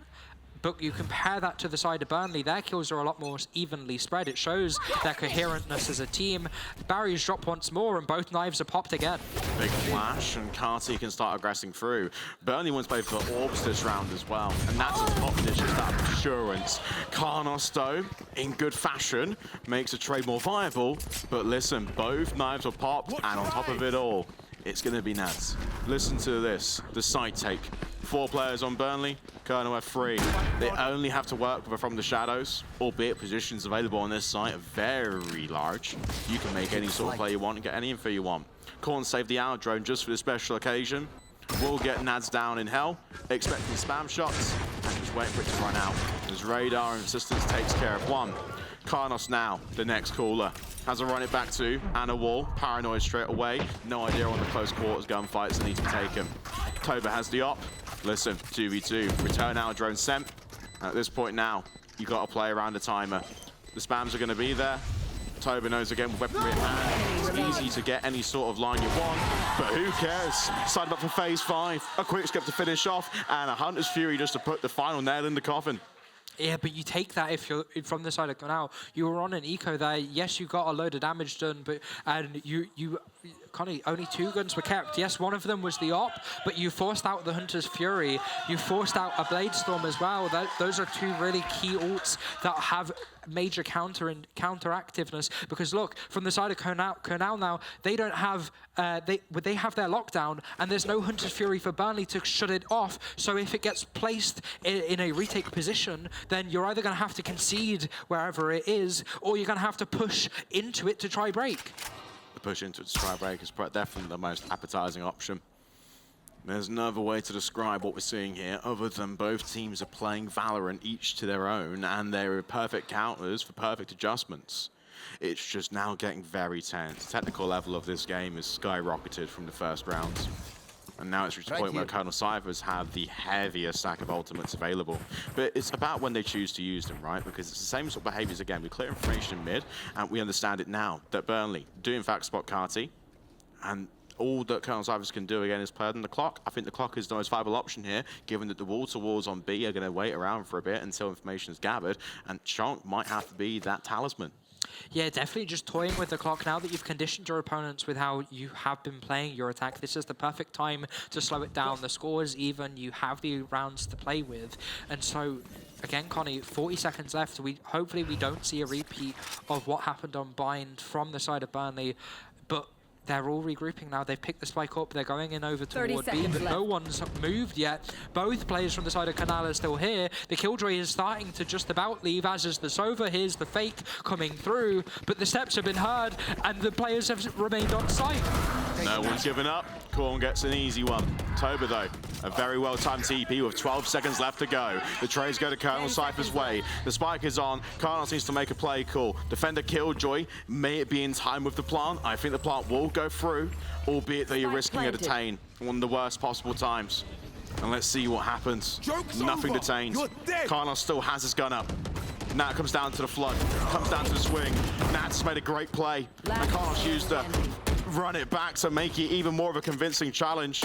Naz now is playing 2 angles, gets one, dashes away. Low HP for Dandam. And the spam through the wall is all Nad's needs to get the job done. A wonderful set piece from Karnos initiating that play. It was looking so tumultuous, Connie. The time was running incredibly low, and the lockdown was used. There was next to no positioning for you to play in, yet there was still a safe pocket in toward backside. The run at that got committed again, another ultimate used, but the round managed to get converted. Burnley now have their lockdown available, but like I said, the Hunter's Fury is available from the side of Canal, so if you want to counter that, you need to kill the Sova before using.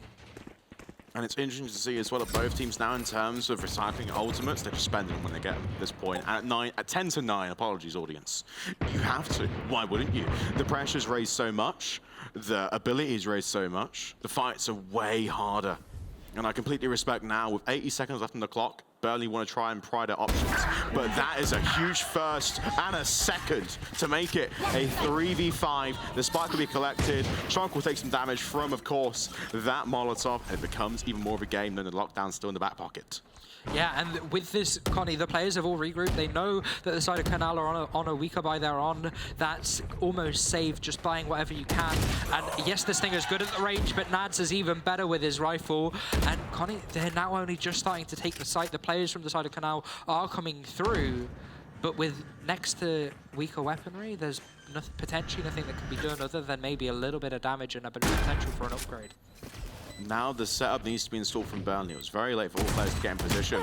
Knowing now as well that Colonel Cyphers are right hot on their heels. The trade either way, a 1v4. Well done to Nads. We're now seeing a tough spot for Radar here. And a potential 11-9.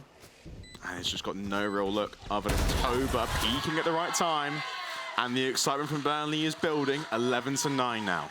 11-9, exactly. Like you say, Burnley, there's not a single muted expression on any of their faces, Connie. You compare that to Canal, they know what they need to be doing. They're just not, unfortunately, being able to come to it when the pressure is on, when the time is needed, and everything's looking good for Burnley currently. But Colonel Cyphers are still kicking. And look at the purchase this round as well. Korn's pulling out the Odin. Instead of playing for set plays with the darts, option to spam as well. Wants the info, wants that ready. Yeah, waiting out the time. He's done this dart before, so the side of Burnley are aware that this is the dart he does for B main. Spam now noted as well, so that's the Sova. Hopefully, you're saying that's the Odin as well on him, and you're just gonna regroup. You're waiting out the spam. 3 players into the main. You're re-clearing it with the paranoia, breaking the turret. That's the info gathering gone. Immediate killjoy lockdown used, Connie, and they're just not going to commit anything else. They're just going to back off and play for a retake. I respect it. The Cyphers have recently sent 2 players there. Spike is in safe hands in Burnley. They've also got 2 players as well on A to mention, and now drone's clear from Hello there, as neither site really is yet up for grabs. Colonel doing very well to hold down their forts across both sites. A little swing though, and Cooney spots Karnos out of the smoke. Now it gets even more spicy. This is a 4v4 as Toba tries out for Korn, and B is fully reclaimed. Radar for huge 1v1 needs to win it, but Toba on 7 HP gets the necessary kill. At this point now, the captain's armband is on. You're making a play call here. 4v3. Hello there's played a late lurk for the entire round. But listen, this could be a huge re-clear. Colonel Cyphers recognized the push. Party reads to play. Spamming all the flashes to clear. Cooney gets one as well. All the util available as well in the belt. Paranoia could be a huge problem for Burnley Bees if used at the right time, which it is. And Nads is now left all alone. It's all down to just 2 players. Stand correct. But now Nads has got to pop the knives, make a push, a well-placed wall, and a nice little move to try and take it. But listen, for Dan, the support is always there, and Carty finds the kill. Connie, I'm so grateful it's gone to a map 3. This map of Ascent has been so close. It's been so great to watch because it's literally just been rounds flipping back and forth, trading them. And even in rounds like this, like we saw, it was a kill in over toward A, and then the hit came in toward B because rotates had come through. But it's just, again, rounds are being won and lost by whiskers, by the tiniest margins. And those tiny margins are what needs to be corrected if you want either team to win. Well, either team now can win it. And that's just the obvious call, right? Still Colonel Cyphers, though. And Toba this time has an outlaw available too. The smoke, especially on the drop, gives no information just yet. And all we know for now for certain is that Colonel Cyphers are locked in for the same setup we saw in round number 5. It's the same sort of setup that Radar can get 3 kills on. But are Burnley going to aggress? Absolutely not. They haven't got the information needing, knowing Dan's tendencies to lurk through A. They still need to re-clear and play the angles well. Yeah, and the side of now, Connie, they've forced into this. You have a judge sat in cubby. You have that same push in toward B main, and the players are aware of this. The same bait's coming through. Tronk is just trying his best to try and break the turret, but there's a double face in a high-low, and you can't kill both. So instead, Korn will get first blood, and the speed up is already coming in toward A. But here's the judge in the corner. Flash will end up clearing it, but Connie, it means that the advantage is once again in favor of Burnley after the outlaw gets another. That's Toba with his first on the round. Colonel Cyphers now adopting position in the north side of the map. Carty pops that, run it back, takes care of the spike carrier as well. Hunter's Fury just to add extra insurance policy. Not is that only an important kill right there for Carty to get. Spike and reposition is going to be huge now. Then the Colonel Cyphers in a 3v3 can offer control. They know again just the positions needed. And Karnos with the dart is on such low HP. This is picture perfect for Hello there and Nads. Maybe make it work. A 1v1. The drop down. Radar's got the advantage. Has the kill needed as well. We tie up the score at 11-11. Hey, like I said, it's anything you can do, I can do better. The crowd is really loving this game, Connie. We can hear them screaming and shouting for their teams. But again, it's just another reset. Each team is 2 rounds away from winning and taking the whole series. And it's just going to come down to 2 each round. You need to be playing it round by round now. Yes, the pressure will be mounting, but who cares? Take this round, it's fine. Don't stress about it. You're going to be on series point. Take the next round, you've won. Look at the economy. This is a major swing round. Colonel Cyphers are forcing into this. Their economy is going to be broken if they end up losing. And Connie, that's 3 players from the side of them that are on half shields. Dan with the operator as well has to be the important player once again for Colonel Cyphers in procuring that first blood, but at the same time managing the pacing of the team. This first kill could be huge for Colonel Cyphers if it is found, and Burnley have got the clock to work with for now. This is a very interesting play, and already the turret's gone. That was a condition again beforehand where we did see Burnley struggle to break through B. But at the same token of gratitude, Toba's lurking around mid. He's waiting for a cross where it presents itself. And it's also, again, an interesting call to mention just how are Burnley going to adapt in the mid-round, because that's a question mark always for this team. Yeah, and exactly that, Connie. They're instead just opting to pick the spike up and hope to end in over toward B, sending Toba to try do whatever he can. Not going to be finding anything over towards short, and instead just trying to play for a late like the second refresh of the recon darts up. It spots 2 players. The spam with Yodin is chip damage, but no kills have been found just yet. 45 seconds left on the clock. It's still 5 versus 5, and the spike has been drawn in over toward B main, but no rotates have come through yet from the side of Konao. Joke's over!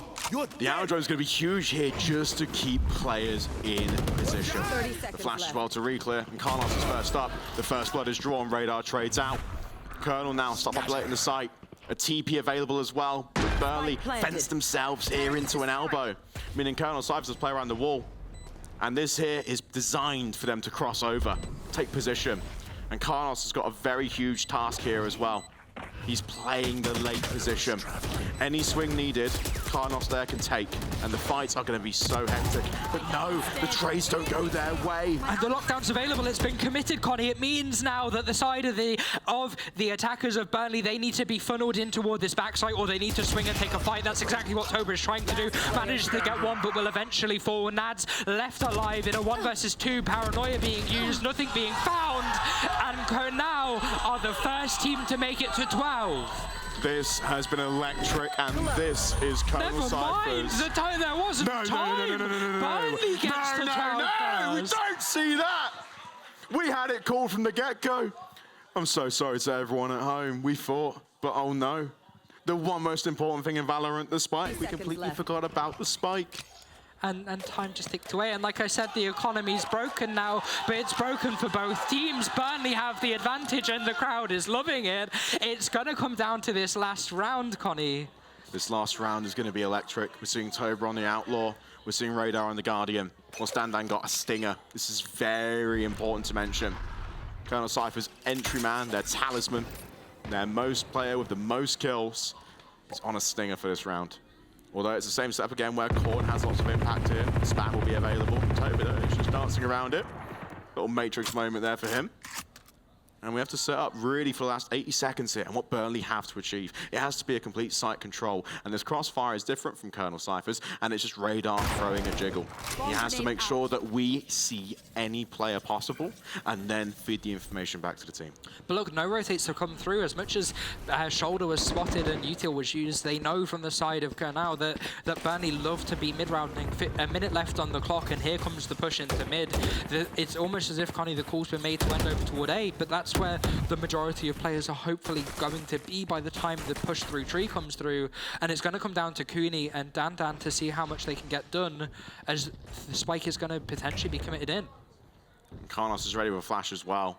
This could completely throw off Colonel Cyphers, waiting for the final team call to go because the other two players as well to coordinate the lanes are there. But Carty presses the button, finds Carlos. The smokes are there too. Heller there's available for any more support. Dodges the flash, gets a couple lined up, but that's very nice. Maybe a shock dart as well for chip damage, but listen, it's a 4v3, and we're starting to see Burnley make their first moves onto the site.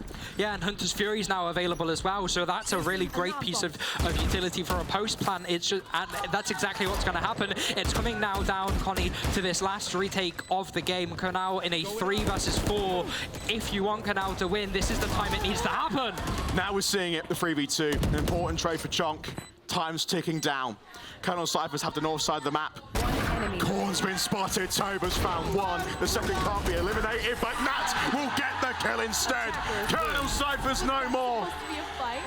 Your reigning champions are dethroned. We have a new champion for you. Burnley Bees, by all means possible, they get it over the line, and they are crowned your 2024 Valorant champions in British Esports. I said, didn't I? The longer a series goes on, the more likely Burnley is to wake up, the better likelihood it is for them to win. They came back from adversity. Yeah, that's right. Get the badge in, Carnos. Get the badge in and the cross. In map 1, they brought it back into map 3 again, Connie, and they brought it what looked like in map 2, that overtime. They won it so easily, and then they continued that momentum into this last map, into the decider, and they can't believe it as a team. They're shocked. I think Toba can, in a little sense. I mean, we've seen him all series, not really reacting to anything, and this is just another day in the office for him. Despite one of the most tense series we've seen in British esports, I mean, Rocket League was close. This was also close, and today was going to be a head-to-head of equally proportionate teams. I mean, listen, there's so many different dynamics, you know, moving parts of the world on Burnley, and their reactions just say it all. But I think, Connie, that brings us to the talk for the Alienware MVP. Yeah, I mean, I'm going to go for Toba, just off the cuff. Yeah, we have to give it to Toba. It's also positioned as well by Carnos was huge in moments, and even so, Chonk had a few moments himself. But you can't not give it to Toba in positions where, on map 2, on that bind, they were down and out, Burnley. Toba saved them. Went, go on then, give me that map 3. It was like a replication of what we saw in their North finals, Connie, on Lotus, where Toba got a 3K with a Sheriff, and then from there it snowballed for the rest of that game. Toba is the man of the hour. It's the reason why he is such a prolific individual, and I think that's gonna. Yeah, and that's exactly why, Connie, we're giving him MVP, because overall, he is the star of the show for Burnley. He has inspired his team, brought his team up to a set standard, supported his overall team, his staff as well. And that's exactly what you want to be doing if you're a player that has competed in a higher level than Student Champs. It's exactly what your team needs from you. And to see it come alive so late on in the series, to see it be such a dominant performance toward the end. As much as Dan tried his best, he couldn't quite compete with the consistency, with the coherency that is Burnley Bees. And I think that after these replays end, that is going to be it for me. But Connie is going to be down on the stage as soon as these replays end for you guys to get a little bit of a post-match interview. We're just seeing the last little bit, rounding out of Bind. And yeah, hello. Empty chair next to me, so Connie is down on the stage. And that will be it from me. Thank you, everyone, for tuning in. Connie's going to have an interview now with the champs. One last round of applause, please, for Daniel and myself. What an amazing series. Despite all the tech pauses, despite all the delays, we've reached the final conclusion. And I'm privileged to announce and privileged to welcome a new champion. There will be no back-to-backs, but there will be a brand new crown for 5 players. Burnley, please come and join me on the stage.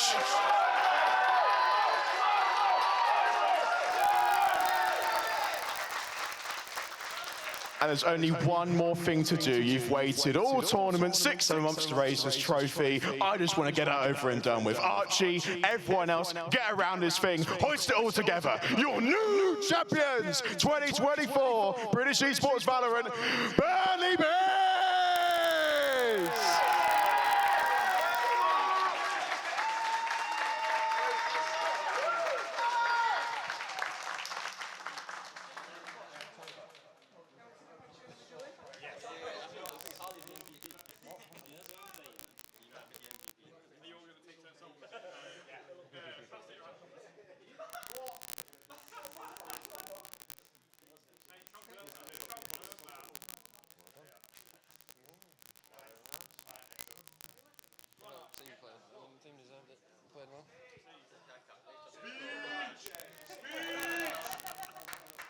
There'll be time for speeches. We've got everyone to ask all these questions, and I've got quite a few for all of you, because, I mean, that series in itself was a question mark.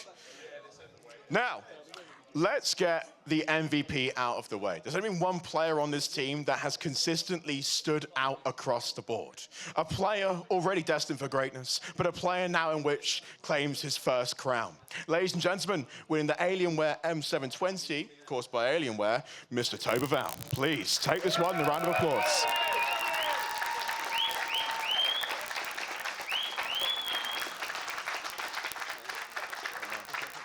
Now, Toba, I want to ask you and everyone else just one question each to keep it nice and brief and nice and light. But in terms of your eyes in that whole series, could you kind of assess where the mentality was across all three maps? I mean, the first one, of course, was a pretty clear-cut win for Colonel Cyphers, but there was a sense of revival in that bind. I mean, what were the comms like, but also what were you thinking in those moments? Because you pull 3 or 4 kills like your backside to try and get the team back in this one. Yeah, I mean, the first map, I just put the first map, it was rough because like I was basically trying to shine, like be the duelist and like carry us single-handedly, but then like, I realised, you know, I don't need to be on duelist. I can let these people shine and like play behind them and play with them and like build like strategy around them. And I don't know, it just worked. The rotation play, but also tinkering around with the system, it worked well. You won the series, albeit close maps. Number 2. Nads.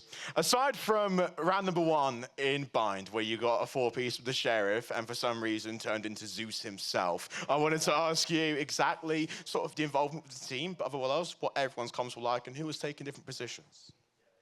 Everyone's like inputted pretty well. The comms were there. Like whenever the rounds were down, everyone just like brought the mood up. And like obviously the first map I was on Cypher, and I realised that my center ain't working. So now we moved on to duelist, and I think we like started bringing it back, like getting them double frags, that 4K clutch, that in just essential. Let's go to Chunk now. Let's go to the man of the hour. There are moments as well where the system had to rely on you so much for important moments, and you came up clutch. Even after losing a 1v3, you were still there, like, present with the team and sort of carrying the momentum forward. I mean, what was the general feel with yourself throughout all 3 maps? Yeah, well, in first map, obviously, after we lost, we weren't too happy, but I think as soon as I got the clutch to send us to overtime in Bind, I think everyone was, like, through the roof, over the moon with how happy, and we got too happy a bit, maybe, but we still managed to win. I think it's only fair that I move now to the most enthusiastic player on the team, and the player that nearly broke the set, so well done, Carlos. Absolutely fine. You didn't touch anything. I wanted to ask you, though, the biggest question of the largest portion of the series, which was, I mean, listen, alongside Toba, you're also up there in terms of initiating and making space for your teammates. But throughout the series, you slowly started scaling up to that. I mean, what was the slow start in the map number 1, bit number 2, but what was the turning point for you? Obviously, the map number 1 was pretty tough. We lost 5-13. On the second map, I tried to reset my mentality. Just try to win, basically, done till when I die. And on the third map, just literally the same thing. And I've been trying to initiate for a bit now because I was playing duelist a lot of times. But yeah, I mean, I've tried my best on initiating and creating space. But everyone.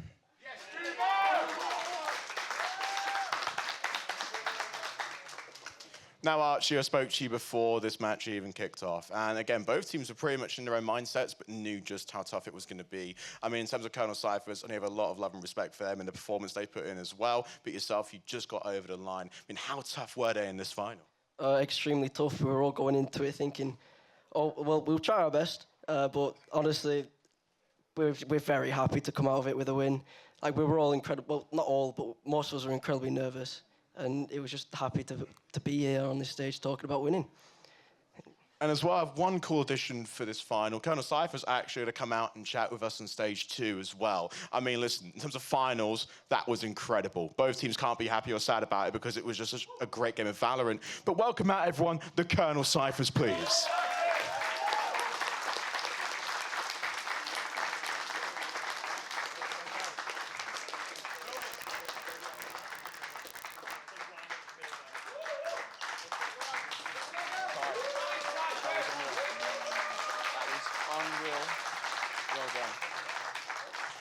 Now, of course, Colonel Cyphers, I mean, it's been completely fair to assume that from this final, it's going to be one of the greatest finals regardless of the result. It was just so tense, neck and neck, and the Ascent, me and Daniel, are probably going to wake up tomorrow with no voice. So thank you very much for that. But I mean, Kai, how would you assess the overall series? Everyone performed well at different times, the smallest of margins, mistakes were across both sides.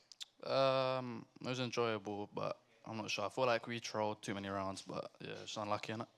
And I respect it because everyone else is in the same boat because, I mean, for both sides, it was equilibrium. But, I mean, in terms of the actual proposition, and more or less like the strategies you were pulling off, everyone stepped up at different times. And I wanted to ask, like, what were the sort of communication and comms like in those clutch moments, and then the reaction we all saw for ourselves?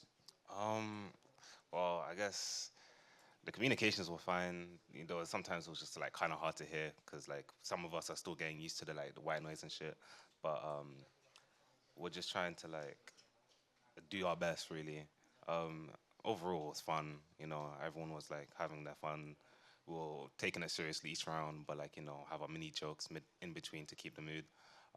We did a lot of stuff to, you know, just to make sure we had like a good time no matter what. Kind of sucks that we lost, but you know, we're still here anyways. You made it to the finals. I mean, listen, you deserve it of being here as well. And there was a timeline where you guys win it and vice versa for them. It's just one of the coolest stories to report on British esports because Colonel Cyphers consistently build great rosters and you guys are no different. You're consistent winners. Corndo, quickly, let's actually have a conversation about the Odin plays. But of all else, the Odin plays, the actual ability you showed in the map because you were gorgeous. You had every single idea right. The reads were perfect as well. But also, again, in terms of clutching up, you performed exceptionally well. I wanted to ask you above all else, what are the general sort of feelings throughout all three maps? Because Burnley Bees equally were as stressed as you guys were. We just stayed composed. We never really stressed out. We just let each other know it's going to be good. We're going to have fun. We're going to try our hardest to win and just stay composed. I respect it, and that's sort of the mood, and I respect the actual idea of it because you have to in the best of three, especially when it goes all the distance. But I think one person that deserves a round of applause regardless, I mean, Dan, you single-handedly put the team on your back at different points. I think 40 kills nearly achieved on the map too. And as a duelist, incredible to watch. So exciting. And the moments me and Dan were just blown away by, like, how has he done that? He's got the team the round. You know, I had a lot of fun. Those three maps were really, really fun. I didn't really want to go to Ascent. I didn't want to go to a map 3, but we sort of did. And I also had a lot of fun in Jet. No, I respect it as well, because being down points got the vetoes, and there were 2 new maps that you guys played in this grand final to last one. I think it was going to be Bind and Ascent. But either way, the performances across both sides were impressive and there were clutch-up moments. But to sort of cap it all off, I think the best things to always look at in terms of it all is just what has been done today. There was tech pauses, there was delays, and there were moments of stress as well that everyone on the stage adversitely got through. And sort of what are the next steps for Colonel Cyphers? What's next for the team? And just where to go from here? I'm sure we'll be back next year. I mean, this team was tough, but I'm sure we'll be back better and we'll win again.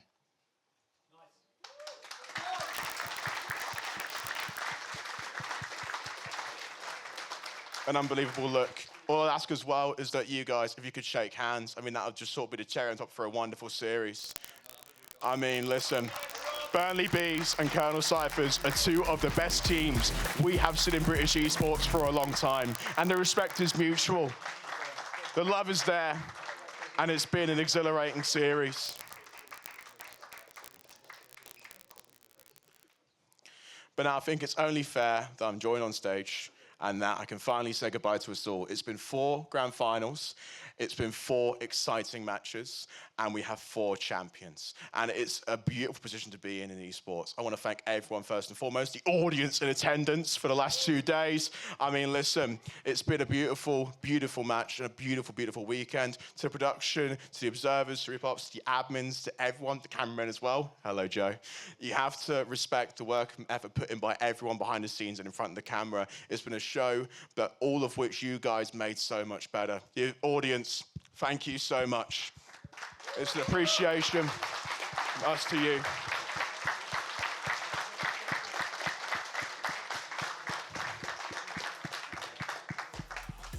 And I think it's only fair that the sign-off is there. So without further ado, thank you everyone for watching British Esports Student Champs Grand Finals. I've been Connie, the cast has been wonderful, the players have been wonderful, and I will see you all very soon. Take care, have a nice day. And Burnley, one more trophy lift for the audience at home. Feel free and go for it.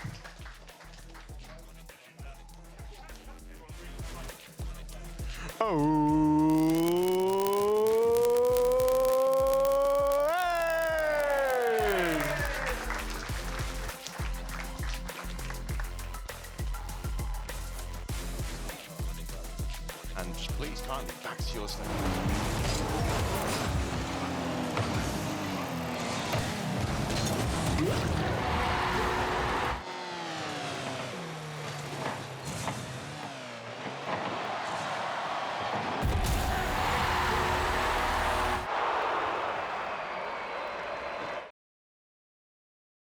things off today on the Sunday, the final day of that British East of this matchup.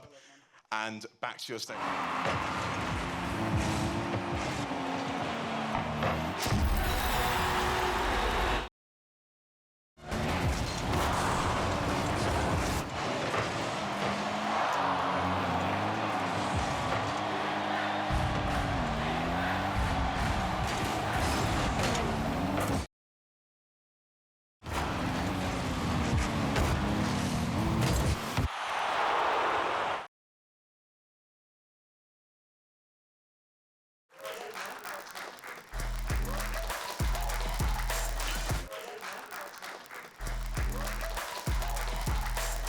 Middle to by the start of this matchup, and let's get rolling. Back to your stage.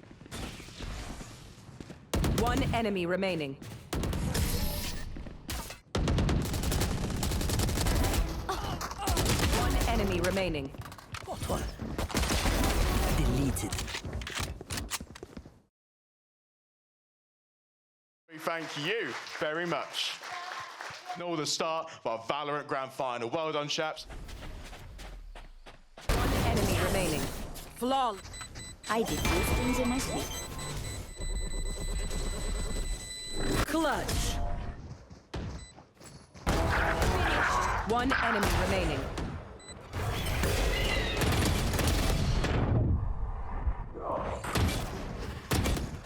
One enemy remaining. Flawless. Defenders win. Last player standing. One enemy remaining. Air for hellfire! One enemy remaining. Air for hellfire! One enemy remaining.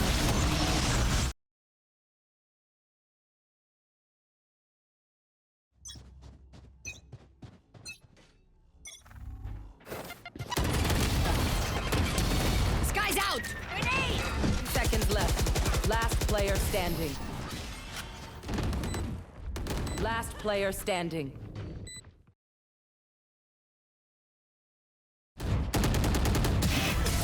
No drama. One enemy remaining.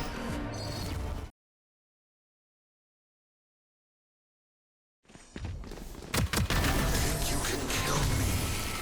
No more lightning.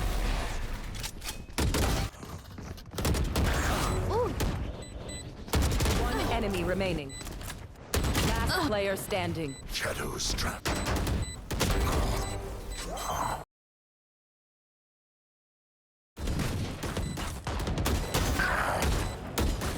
One enemy remaining. One enemy remaining.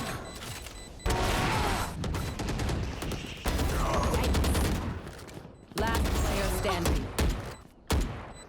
One enemy remaining. 3.